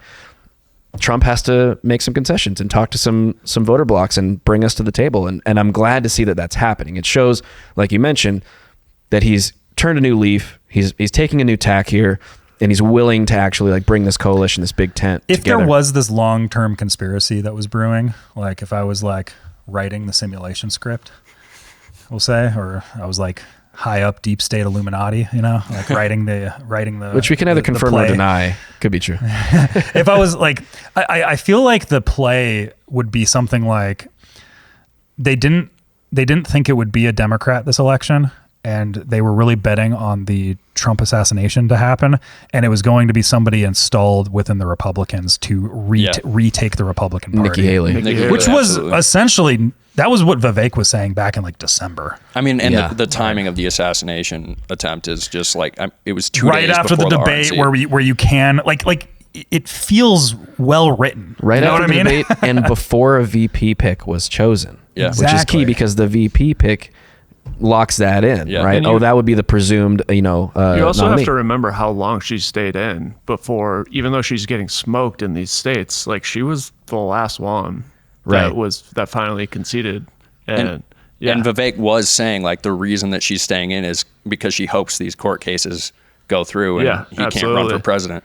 And I mean, same could be said yeah, for because him it being was taken it out. was Well, you had these big, typically Democrat backers backing her, and it's really just like it's like deep state establishment backers. Like it's not really Democrat. It's like they just happen to fund the Democrats all the time. They were backing like people like Reid Hoffman and, Right. and people like that. LinkedIn.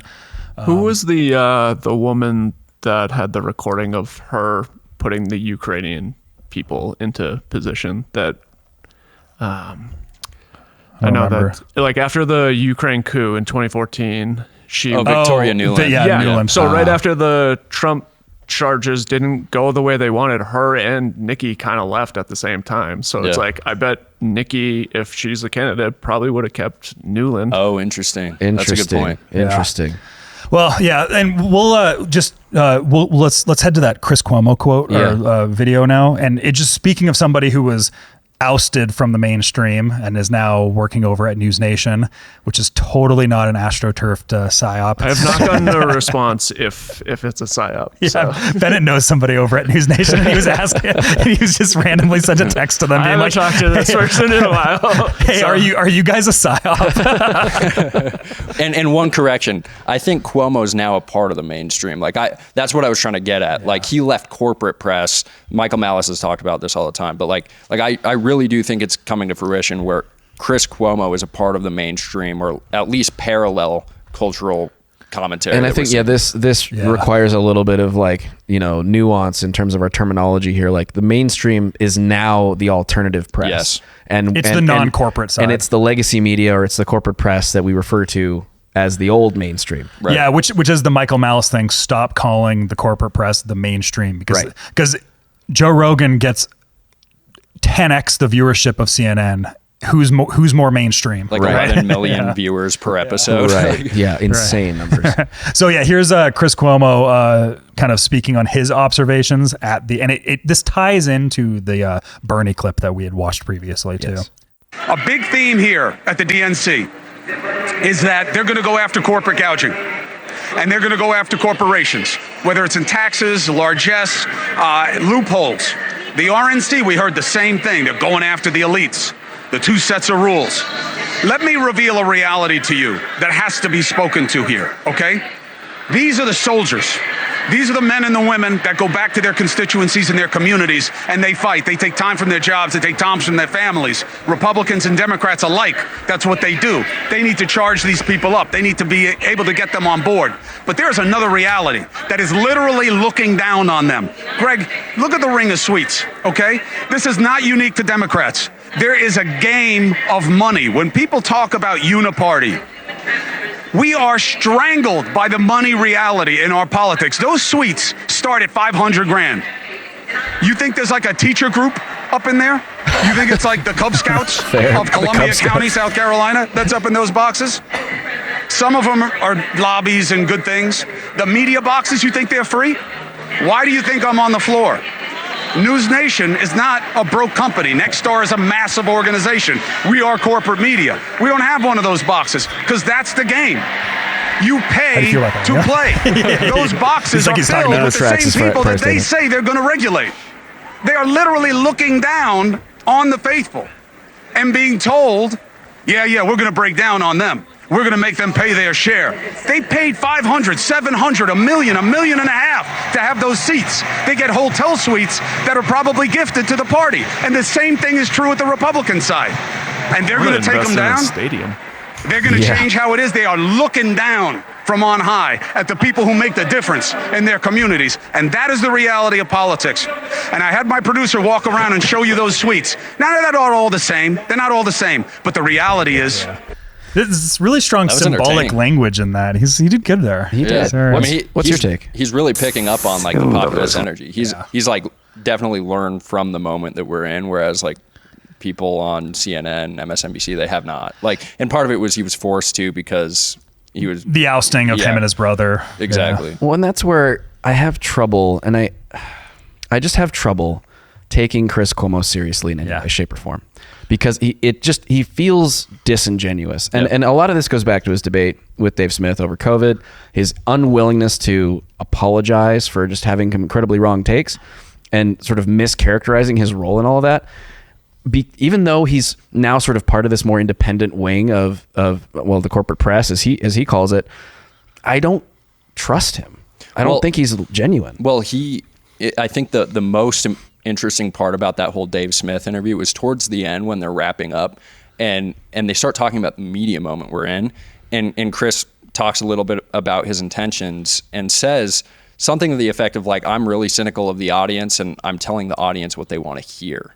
And I actually think that that's exactly how the corporate press operates, is that they look at data, they look at what consumers in the past have enjoyed, and they're like, okay, well, like, this is what I need to say. And I think that like he was being extremely honest when he's like, I was just doing my job.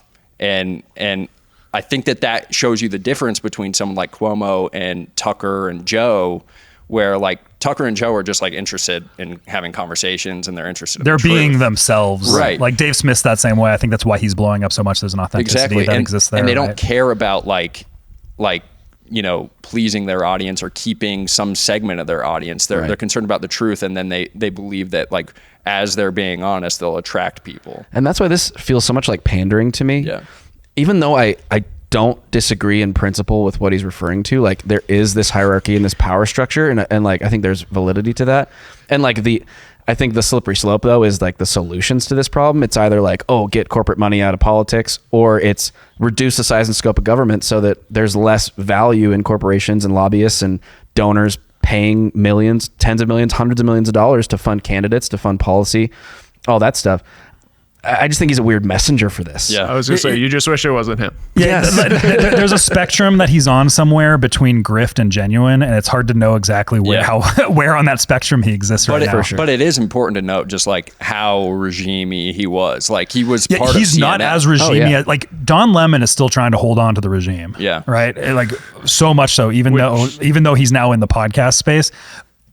Chris Cuomo has shedded that quite a bit. Yeah. Like he goes on and he's regular with Patrick Bet-David. He's got his own thing. He's doing the thing with News Nation, who's totally not a psyop. Totally not. But like, so, and I think he's being a little bit more savvy with this, but there is also that, the conspiracy brain in my head and why I'm like a little skeptical of a lot of the News Nation folks and what I see over there. And just because I got weirded out where News Nation all of a sudden just popped up onto the scene when aliens became a thing. Like all the alien stuff got leaked to News Nation, who nobody had ever heard of, and then all of a sudden it was like Chris Cuomo's the main guy there. It was just like, well, and this feels very non-organic. He did just insinuate that they have money that they can spend. Well, they're a subsidiary of some bigger firm. You reference in like Chicago or something. I can't remember. I looked into it at one point.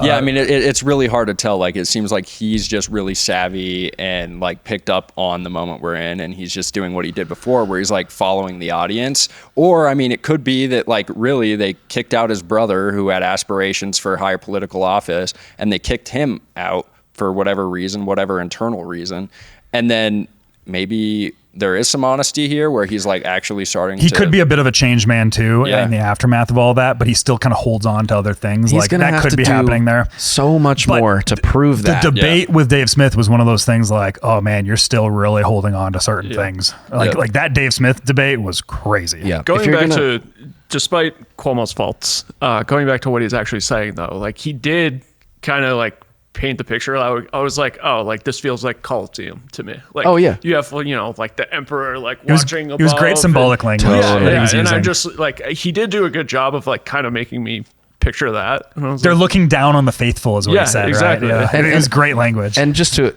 allude to some stuff that we're going to address in the skiff, which gets into Kamala Harris's new policy proposals that we've talked a little bit about, it sort of does tie into that because one of her new policy proposals is these like ridiculous tax rates on the rich.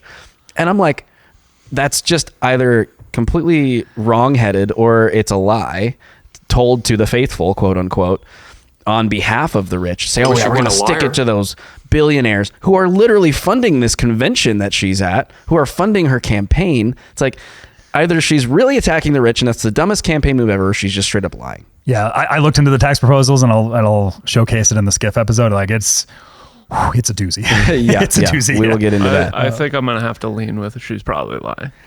She's a politician. I mean, I'll let the viewers be the judge of that. We won't put any thoughts in their heads on that one. Some other interesting lines of attack that existed in and we can maybe gloss over these because we've been on the DNC for quite some time, was they really tried to hit JD Vance on some of the comments that he's made in kind of like hyperbolic statements in the past. They're really going into the cat lady stuff. Like Oprah Winfrey used the term cat lady in her speech to reference that. Do they think that's going to work? Does Oprah have kids? Oh, I don't know. I think I missed the cat lady thing. What happened JD there? Vance said that the left is like a bunch of we're being run by a bunch of crazy radical cat ladies. Okay, yeah, with no kids. Yeah, and they're really harping on the no kids part, where they're like, oh, they're blaming people for, like they're doing that thing. Right. But also goes to say is something else that made a bunch of news outside the DNC, not just the protest, was this mobile Planned Parenthood bus where they were giving out abortions and vasectomies outside. And apparently it was like totally booked full. Yeah. Which, look, I get that reproductive rights are a huge part of your platform and a huge rallying point for the Democratic base, at least some component of it. But that's just weird. Yeah. It's just weird. Well, and it comes a Feels long death way culty. from... It does. Right. And it comes a long way from like safe and rare. And I do think that like a lot of Democrats are still there. Like I think that they're sort of out of touch. I think so too. There's, I think because so many people are low information, they don't actually understand where the policy positions on different people are. So many people are locked into Roe v. Wade was this like immaculate piece of, like this immaculate thing, and Trump did away with that, and now all your abortions are banned, and like they're operating under that idea when really all it is like, no, send it back to the states. Roe v. Wade was unconstitutional. Right. Like, that's it's really all it was. It's a very simplistic view, and as soon as you challenge someone on the left on that, like, well, tell me about like the the abortion laws in your state. What actually was Roe v. Wade? Just ask them that. Yeah, right? yeah. Like, there's nothing there. No. There's nothing. There's just talking points. That's it. Yeah, there's this mythology that exists in the brain that is really and like Trump, in my opinion, is making the complete correct statements on the Roe v. Wade situation of, no, there's not going to be a federal ban. It's not really a federal problem. We sent it back to the states. That's all Roe v. Wade, like getting rid of Roe v. Wade was. We sent it back to the states. And so a lot of states that you would expect to be more conservative leaning on the abortion stuff, they're actually putting in liberal bills. Including right? Montana. Yeah. I mean, like we have privacy protections in our constitution here, and it's probably not going away. Like, and I think like it is surprising to see Donald Trump talk like that, because like that's Ron Paul's stance. That was Ron Paul's stance in 2008 and 2012, is that federal government shouldn't have any say over it. It's been my stance for as long as I've been an adult. And can I just say, I just love that Donald Trump is pulling so many things out of like Ron Paul's bag of policies. Like, just he's going. Generally always been kind of a 10th Amendment guy. Like, even when a lot of the BLM riots were happening, he was very much like, let the states decide what they want to do with the Like, if you don't want me to come in, I won't come in. Well, like, even on COVID, like stuff. When he's talking about COVID and people try to he talks about it in a states' rights type of issue. He says that it was actually the governors and that they should. I let the governors decide. Yeah, right. That's his take. Yeah, I remember him saying, or we talked about that when BLM was happening in Minnesota, when we were talking about Walz, and like Walz waited 3 full days to call in the National Guard. So like Trump was very much like kind of pro state rights. Walz's wife put the windows down so she could smell the burning rubber of revolution. Okay, to be clear, she didn't say so she could smell the burning tires. She said she kept the windows open and she could smell the burning tires. I think that's a little bit of a misquote. I don't think that's totally accurate. One word off. Kind of an important word. It does change a lot. But there was this like weird sycophant energy that she was giving when she was talking about it. Like, it was like there's a revolution that's going on outside. There was a revolution that was going on outside, and she was smelling the revolution and sipping a nice Chianti as the little people outside are revolting. Wow. And she's looking down on them from on high. $500,000. Speaking of Tim Walz, what was there anything like really important that came from his appearance at the DNC? I like how happy he looked as he walked out. He was very cheerful. It was cute. It was very cute. I'm just pulling that up right now. It's he looked super happy. Tim Walz. The coach energy. If you're not watching, he's pointing to the crowd, waving, clapping. He's a real rock star out here. He is. Walz. I swear to God, if we get hit on YouTube for this song, I'm gonna be. Oh, you're right. I should probably stop it. Mute it. Just mute that in that part. You're right. Mute the music. Dang it. Well, who was that? John Cougar Mellencamp? But some shit like that. This is also the thing with it is they're really going for with this we're not going back thing. Insulting people and blaming. Leaders don't spend all day insulting people and blaming others. Leaders do the work. So I don't know about you. I'm ready to turn the page on these guys. So go ahead. Say it with me. We're not going back. Yeah, it's just it's a weird thing to get focus grouped. I like it. The "we're not going back" thing just has been sticking with me since Kamala's kind of announcement that she's going to be the person now. Yeah, and they've been doing this at every single rally. It's just a weird thing to me. Well, did it come from the same focus group that brought them weird? Because they kind of track. Well, it makes me think of Vance's thing, talking about his being stuck in a desert when the Obamas come on. Like, he's clearly not fine. Vance. Van Jones, not Vance. When the Obamas come on, he's clearly totally fine going back to them. Like, so nostalgia's big for them. Absolutely. It's not like they're. Basically what I'm saying is they're full of shit today. Full of shit today. Well, and this clip here from CNN, I think we'll end on this note. We'll end on this section. We'll get to the RFK stuff here in a second. Yeah. On this note, which I think this is the important takeaway, and I was surprised to hear this coming from CNN.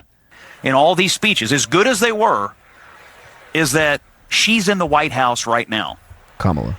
Democrats have controlled the White House for 12 of the last 16 years. And for all of the talk about division and the problems in the country and people are hurting, Democrats have mostly controlled this country. Trump had it for 4. The Obamas and Biden had it for the rest of the time. And somehow, it's still all Trump's fault, and somehow she hasn't been at the center of it. So to me, that's still the glaring hole in this campaign that hasn't yet been solved at the convention. How do you explain all of the problems that will be solved by the person who is currently in there for the last 3.5 years, who is supposed to already be working on solving it? So I do think that we should bring up the Van Jones clip, because this is their perspective of Kamala. But like when Obama goes up on stage, they are okay with the nostalgia of like Michelle and Barack. Yeah, so it is weird that CNN has continued to like after the debate with Biden and Trump, they said that Kamala was not popular, and they were saying, well, who are they going to replace her with? So it's interesting that CNN as an institution is still kind of casting doubt on Kamala, and they're not getting behind her. And they also, as we'll get into in the skiff, they also came out and like criticized the price gouging plan that Kamala came out with. So it's just weird that like CNN is It's very weird. Very weird. that CNN is like not fully behind her yet. For sure. And you point out a very glaring inconsistency, which I think is kind of the theme of a lot of what we've seen here, is just a lot of incongruencies, a lot of like duplicitousness, a lot of like weird things that are just that don't match up. Like they're saying one thing out of one side of their mouth and saying a completely another on the other side, or one thing about Kamala, a totally different thing about the Obamas. To your point about nostalgia, it's peculiar. Well, and before we get into the Van Jones clip here, we're going to skip over some of the Obama clips because Obama and Barack and Michelle Obama both spoke, and both very good speeches from what I listened to. I actually, like, even my mom called me and said that it was like, oh, I'm so glad Michelle's not running because she was really good. Yeah. she was pretty captivating. So like that energy is still there, and the base really just still loves that Obama time period. Like that nostalgia feeling is still really there. But I think this Van Jones clip probably kind of showcases that. The Goldilocks, they're not perfect. This was a masterful act of leadership. It was a sacred task. They took it on well. It was like an oasis. I didn't realize I had been in a spiritual desert until they created that oasis on that stage, and they did a beautiful job tonight. David? Well, it was a sacred task. They're on a mission from God. We're in the desert. We're on a mission from God. It's a Blues Brothers reference, It audience. is. I got it. Thank you. I appreciate it. Picked it up. It's also just a Bible Exodus reference. Nope, Blues Brothers. We're in the desert. No, I meant the We've mission been from lost God. in the desert, and God is coming. And So the Obamas are God to the Democrats. Is that what he's saying? I mean, it is very weird, like spiritual. I mean, Dave in his podcast was talking about how like this is just like the religion of statism. Like they replaced Christianity or whatever their God is with the Obamas or with politics, and they put faith in the system. And I mean, like it is going to fail you. I mean, that like man is going to fail you. Political systems are going to fail you, especially when you have like, you depend on like creating money out of thin air, like it's all fake. well, and it's been interesting to see because I'm curious. The black vote dynamic is just interesting between Democrats and Republicans and how much that's grown, especially for black men. How much that's grown for Trump right now. And everyone's probably seen the clips online of people interviewing black people, like, who are you voting for? And there's like, man, Obama didn't do anything for me. And it's like, nah, I'm voting Trump. Like there's so many of those types of clips, and wonder how much of that is good advertising from the Trump camp and things like that. Like this propagandistic nature that's probably there. Yeah. But we're seeing that in the polling of black men in particular. It's not black women, it's black men in particular that are moving in large swaths towards Trump right now, and how they're rejecting the Obama thing. Like I think a lot of them, and there's also often in that community, there's often a very conspiratorial nature that exists there, where they have very kind of conspiracy minded things about like AIDS and things like that. Like that's often very seeped in there. So I think they're looking at it and they're like, well, I'm seeing how much the enemy is attacking this guy. And I'm like, I kind of feel that, like, and they're moving in that direction. It's interesting to see that. But then you have like the corporate people like Van Jones that are just like, I've been lost and now I'm found when Obama came back on stage. Right. There's like that famous video of the black guy talking to Fauci during the pandemic. Yeah. On his porch. Yeah. Like in hindsight, like that guy he looks pretty right. He does look pretty freaking right. Well, and that's the DNC so far. Like we haven't seen the final night. So if something crazy happens, if Michelle ends up being the candidate. Hold on. I think we got to end on this note. I see a funny note in here that I don't know what this is. DNC versus RNC shirt rip. Yeah. Let's end on that. Let's end on that. Then we'll jump to the RFK stuff for the last half hour I here. didn't see this. This is funny. This is a pretty funny clip. The great American poet, Nelly. It's getting hot in here. For audio listeners, it's kind of a... Was enough! And I said, let Trumpomania run wild, brother! Let Trumpomania rule again! Let Trumpomania make America great again. So for the audio only listeners, on the left was the first guy, and he's just like a guy in a suit that's wearing a anti-Trump shirt type of thing, and he's just kind of like, yeah. It just looks like I don't know. Like he's just kind of like a dweeby like a guy. high school teacher. Yeah, he's just like a dweeby guy kind of a thing. Nothing against high school teachers. yeah. Sorry, Russell, if you're listening to this. But he just takes his suit jacket off, and then it cuts to Hulk Hogan doing his Trumpomaniac shirt, tearing his shirt rip. Yeah, but that is funny. All right, well, that concludes our coverage of the DNC for now. Obviously, still going on. Third disclaimer: things could be happening right now that we don't know about, and really looking forward to Kamala's speech. Really, someone could have been assassinated. We would have no idea. It's absolutely true. We're in the bubble. Please no. The next thing here is also a thing that people might already know by the time this airs. Well, who knows? This will be airing kind of probably around the same time.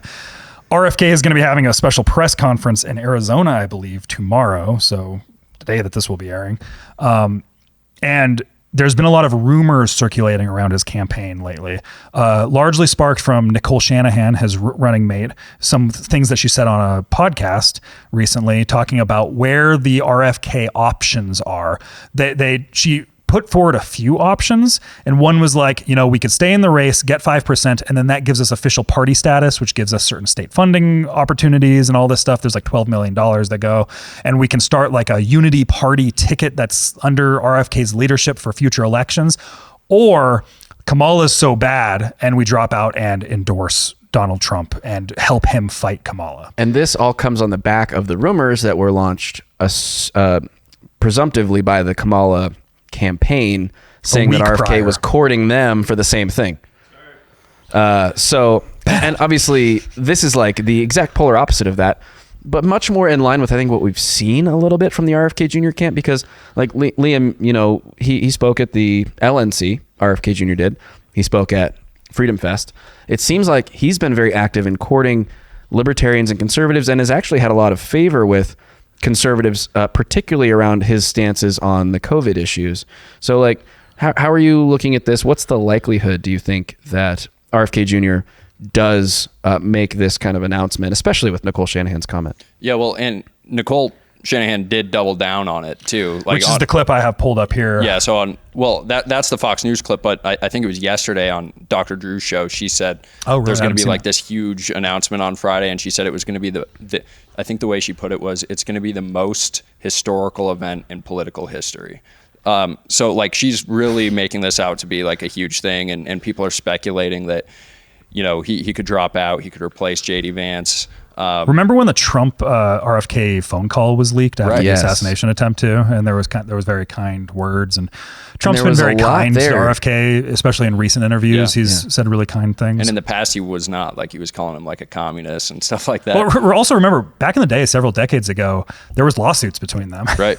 Between Trump and Kennedy? Yeah. Oh, really? Yeah, on the environmental lawyer stuff and all that. Sure. But now, like, Don Jr. is coming out and saying that he would love to have him in as like CIA director, or which would be the most ironic timeline of all. It would be wild. Awesome though. It was so good. Imagine that. RFK is going down to Phoenix for it, right? Which Trump is in Arizona right now.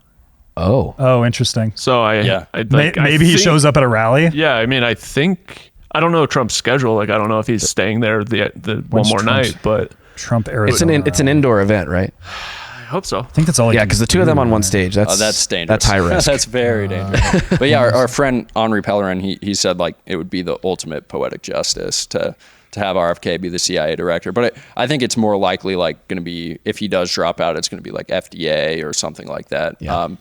Shanahan said she'd be helping out with like environmental stuff and health, and that seems to be like the main focus of she's really big on like the food freedom, food issues, which is a huge issue in this country that is like actually really interestingly starting to come to the forefront for conservatives, which I think is a historical contingent that hasn't really paid a lot of attention to like organic, eating well, whatever. Trump's rally in Glendale, Arizona is tomorrow too. Okay, so there Friday. it is. So it could be a RFK press conference that morning, and then they take the stage later. Yeah. Well, I thought I saw it's at like 2 in the afternoon or something. Very I might be interesting. making that up, but Very, I'll very try to interesting. find it. I mean, I think you're absolutely right, though, especially after COVID. Like, health has become like a kind of dissident conservative issue. Like, even myself, like, anecdotally, like, I started caring about, you know, microplastics, seed oils. Like, these things are very real issues. And, like, you know, I've interviewed Rob Wolf, who lives here in Bozeman, about, like, the paleo diet and how, you know, red meat isn't bad for the environment. And I do think that there, like, more people are interested in health overall, and RFK, like, I think that's why a lot of Republicans actually like RFK. Absolutely. Well, and I mean, There's a lot of things for Republicans to like about RFK, just because For like sure. there's the anti-establishment stuff that's going on. There's kind of these nuanced issues that exist. That it's part of the broader culture and the broader base that's forming in this like web that we are. Keep that we're Bill part of Gates now. away from our food. That's really what I want. Everyone agrees with that. So yeah, Kennedy to address the nation at 2 p.m. Eastern time. So it'll be noon for us. I'm not sure what time that is in Arizona because they don't follow. Arizona would be the same time as us. Okay. But isn't there sometimes where They don't do daylight savings. Yeah. Half of the year they're different. I can't remember which half. Can we just get rid of that? I want someone to run on that. Get rid of daylight savings. Biden said he was going to do it, and he never fucking. Well, but he was going to get rid of it the wrong way, so it was darker all the time. Oh no, I don't. Which want was a that one. conspiracy to make us all lack vitamin D. What and about cancer. the idea that it's like 12 p.m. everywhere? You know, Well, like I am a GMT maxi. Like I think everything should be run on GMT. Yes. So we're all just because it doesn't matter. Okay, you start at 8. You start at 8 in a different time zone. It doesn't matter what time is 8. Right? Like whichever region you're in. Like you just. Life starts when the sun goes up. Yes. well, yeah, but I mean, to be able to, like, I'm going to call my family member in Germany. Well, okay, what time is it there? Oh, it's 2 a.m. I shouldn't call them. Like, that's helpful to know, like, what time it is there. Yeah, no, but like you start to get used to it. Should Like I have when their you're in phone the off. like as somebody who is in the crypto space, you talk to people who are in different parts of the world all the time, and everything just gets put into GMT. Because that's just like a universal standard. Oh, that's because, fair. So it would because just it's be like, like, you're talking I'm to somebody. -7 GMT. Yeah, you're talking to somebody in Australia. You're talking to somebody in Ireland, wherever. Right? It's just like. Well, being like, well, it's 5 o'clock in Montana time. You know, it's like, okay, well, how much time? Oh, that's an 8-hour difference. You know, let's just have the same thing. Get us off on this tangent, but I'm very passionate about this. My brother is going to be triggered right now because this is a big topic for him. So, anyways, I'm a GMT Back to maxi. I will RFK. die on this hill. Okay, no, before RFK we addressing switch, military time, 24-hour clock or 12? 24 hour. 24-hour probably makes more legit. Like it's probably just more clean. that's what I use on my phone. Me too. I don't use military time, but it's probably more clean, and I would adjust to that. Wow. Okay, yeah, I could probably do that. I can do math. It's fine. All right. Well, well here let's watch the Nicole Shanahan thing so people can see with their own words. I'm sorry to our listeners today. I got us off. People are going to be like, I didn't realize Kyle was so passionate about this. time should be on the Bitcoin blockchain. Honestly, should be. Got to put a layer 2 on Ethereum that just handles time. All right. Sorry to trigger you. I'm so triggered. Here's right Nicole now. Shanahan. We've been really hyping up this one. Without further ado, or maybe more ado, I'm not sure. All right, here she is. You made some big news today, talking about the Kennedy Shanahan ticket. Does it stay in the race, Nicole? What are your thoughts on that? You know, it's Bobby's decision. I came into this supporting him wholeheartedly to win this election. Mm-hmm. And I have to say there's only one party that has obstructed a fair election for us. And unfortunately, it was the Democratic Party. They've done everything they can, including creating PACs to prevent us from being able to have ballot access. Yeah, it's interesting because you were saying that you could stay in and run the risk of Kamala Harris win, or you could walk and you could join forces with Donald Trump. When you say join forces, Nicole, what do you mean specifically? Well, this idea of a unity party, an idea of us coming around these principles of fighting for liberty in this country, fighting for our children's health. We have the worst chronic health crisis in the world right now. Over 50% of children are diagnosed with some chronic disease. This is unconscionable. Yeah. And we are willing to work with anyone who is sincere in their endeavor to fix and address this issue. Do you believe the Trump campaign campaign and Trump himself is sincere, do you see a home? You talk about this as being Bobby's decision. Do you see a home for RFK Jr. in the Trump administration, Health and Human Services, something to that extent? I would fully support it. I would fully support a strong partnership dedicated to this issue. A lot of people comment that in his first term he didn't accomplish many of the things that mothers really were hoping he would do. Made some big mistakes around the pandemic. However, I think that he is sincere. Yeah, I do. I think it's interesting because the National Review today kind of agrees with you. It's saying that if you, in fact, join the Trump I'm not saying the Trump campaign, if you pulled out of the race, that it would be more beneficial to the Trump campaign than the Harris campaign. Is that a fair assessment? I think that it's a tight race right now. Yeah. I wish that we had a chance to debate, that we had fair representation in the polls. I wish we had a chance to be on stage, because had we likely would have won this election. Yeah. 71. We'll stop it there. Very interesting stuff. Yeah. Well, and I think the important thing here is, like, he did try to run in the DNC, but they just didn't have a primary. And they skipped over it and then totally pushed him out. And with the debates, he was unable to get on. And then they sued him in New York and many other states to try to get him off the ballot, even though they had all the signatures. And it's kind of the same thing that the Libertarian Party has faced. And that's why his campaign has reached out, and the national level partnered with like a joint fundraising agreement, and they've reached out about like helping with ballot access in the future. And I do think that this like kind of signifies like a future like uniting force around maybe alternative voices and stuff. Yeah. And whatever that new big blob is, whatever it ends up getting called historically, like whatever era that we're moving into.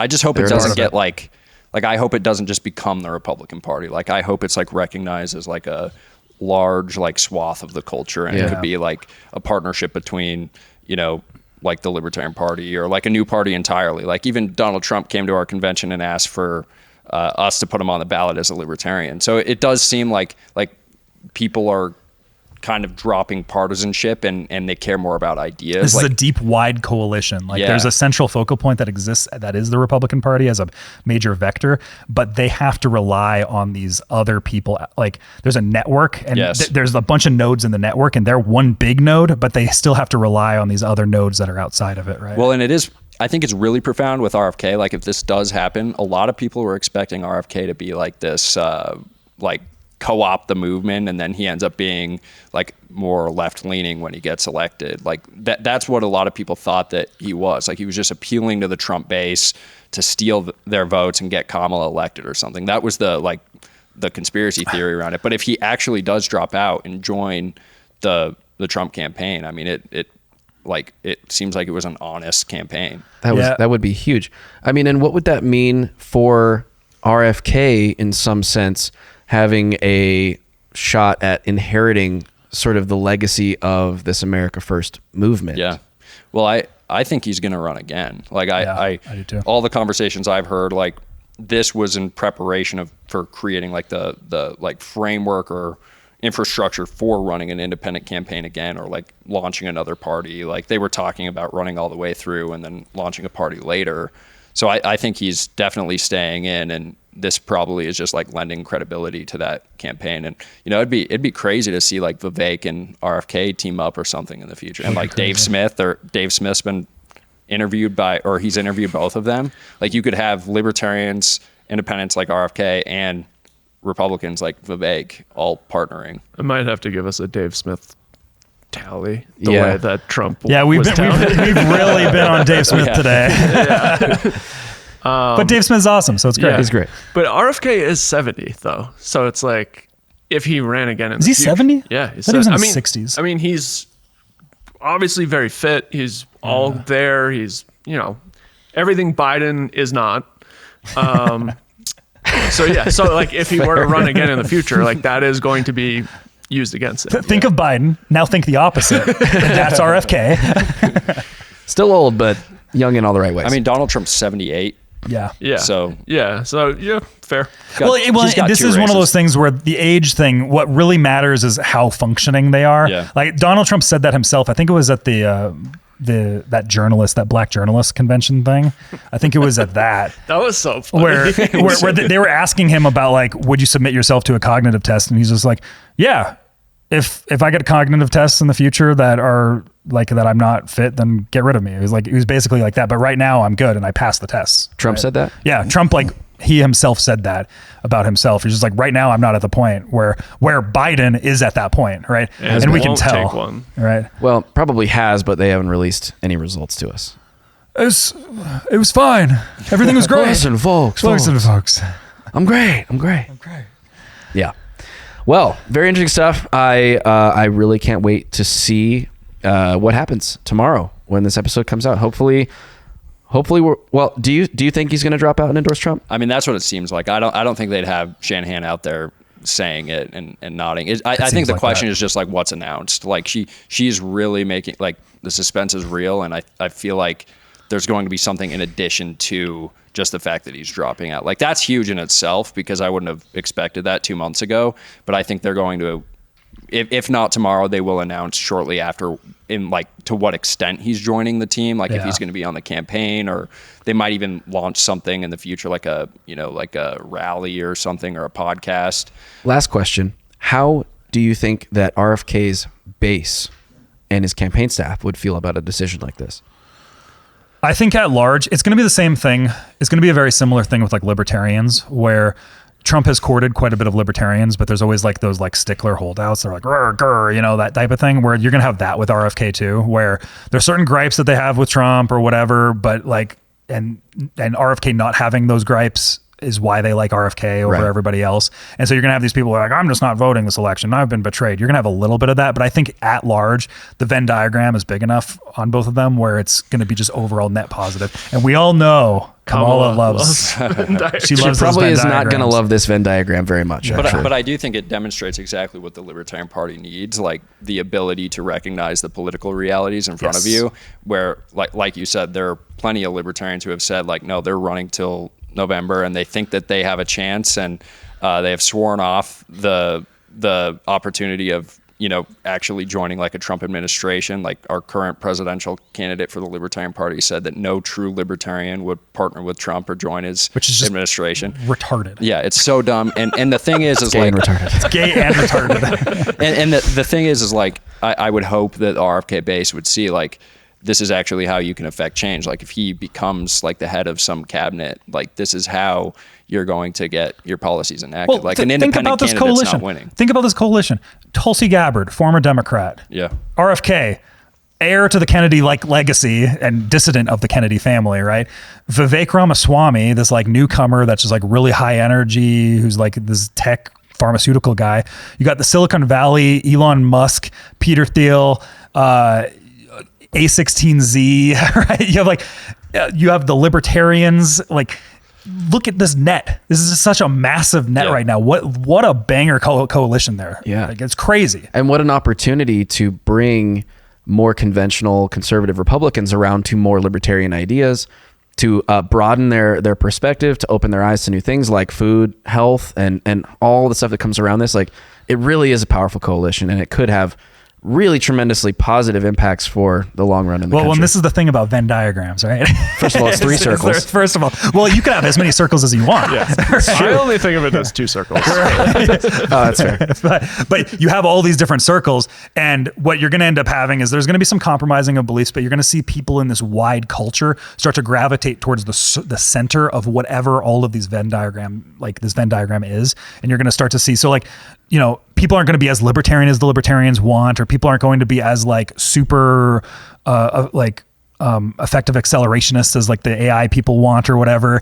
And people not everybody's going to get what they want, but the culture as a whole is going to meld into something that is at the center of all of those different pieces. And whatever that is has to be better than what we have now. Oh, 100% it is. Like this collection of people, it's like, it's great. Like it's like all the people that I kind of like and I kind of dig have all come together, and I like them for all various different reasons. It's just interesting to watch it all come into one solid Venn diagram. Absolutely. I don't know if Kyle's Nick Fury, just assembling all the Avengers. I don't know if you guys saw this, and I can try to place the link in the document, but Angela McCardle last week with Brett Weinstein on Charlie Kirk's show, they announced a rally in September called Rescue the Republic. And it's essentially this. It's like we're agreeing on the top 10 things that like the left and the right can agree on. And, we're forgetting everything else. And I think that that's exactly what we need. We need like populism where we're like, okay, like let's acknowledge the most important things facing us right now and let's solve those. Like where we agree, we can actually coalition build. And, I hope that, that would be a crazy announcement if Angela can use her connections to get like RFK and Trump at that rally. Wow. Well, and Brett in 2020 was trying to start his own was trying to start a party that he called the Unity Party, I believe. But they were faced with all these legal nightmare stuff. And I think RFK was supposed to be a part of that. I can't remember all the details, but he was trying to court all these people, but to the point where he started courting with the libertarians, and he's been very kind. And the libertarians and him have always been kind of kind together. Like it's in that Venn diagram. He had a couple of great speeches at Freedom Fest.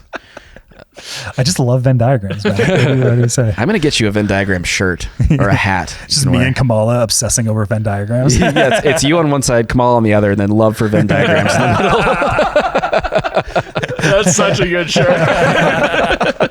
Yeah, but I wouldn't wear it if Kamala was on it. That's the problem. Fair. I was trying to find the link to the rally, but it's just Rescue the Republic. And Brett, he was behind the push to get RFK as the Libertarian Party nominee. So there's definitely like a faction that's building that I think is populist, and this is just another sign of it. And Brett's a guy that's kind of come around to the the libertarians were right. Totally. And he said that publicly many times. He did say that at Freedom Fest. In fact, I think Human Reaction put up a clip of him saying that. Liam, does this mean that libertarians are finally winning? I do think Angela is absolutely right that like we are a powerful bloc, and libertarians are the only people who don't recognize it. Like, like Donald Trump is coming to our convention and saying, so libertarian. Yeah, it's like Donald Trump's coming to our convention and saying like, hey, like I have all of these things that I want to do for you, and like, but then he's like laughing and he's like, or you could keep getting 2% of the vote, and it's like. But like what he's saying right there is like your 2% matters to him. And like it's the same in Montana. It's the reason we were able to get Tim Sheehy to endorse the Defend the Guard Act. It's the same reason we were able to get RFK to endorse the Defend the Guard Act. Yeah. I think that we have influence, and it just takes people in the Libertarian Party who recognize it, and like leaders like, I'm going to say it again, Dave Smith, add it to the tally. But yeah, no. Dave Smith coming to Bozeman, by the way. It's going to be a banger. Yeah, I hope we can bring him on. Yeah. That would be great. Well, guys, I think that's a great place to wrap. Thank you so much for watching and listening wherever you are. If you're on YouTube, please hit the like button.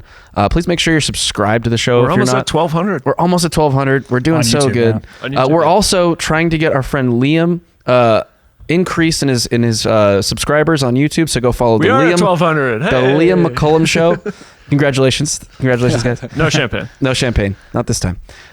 Please go follow Please go follow the Liam McCollum Show on YouTube. At Liam McCollum, I believe, is your tag there. A human reaction production. That's right. We will be producing Liam's interview show, and obviously, I think you're going to have some really great guests to start things off. We're excited to get that rolling with you.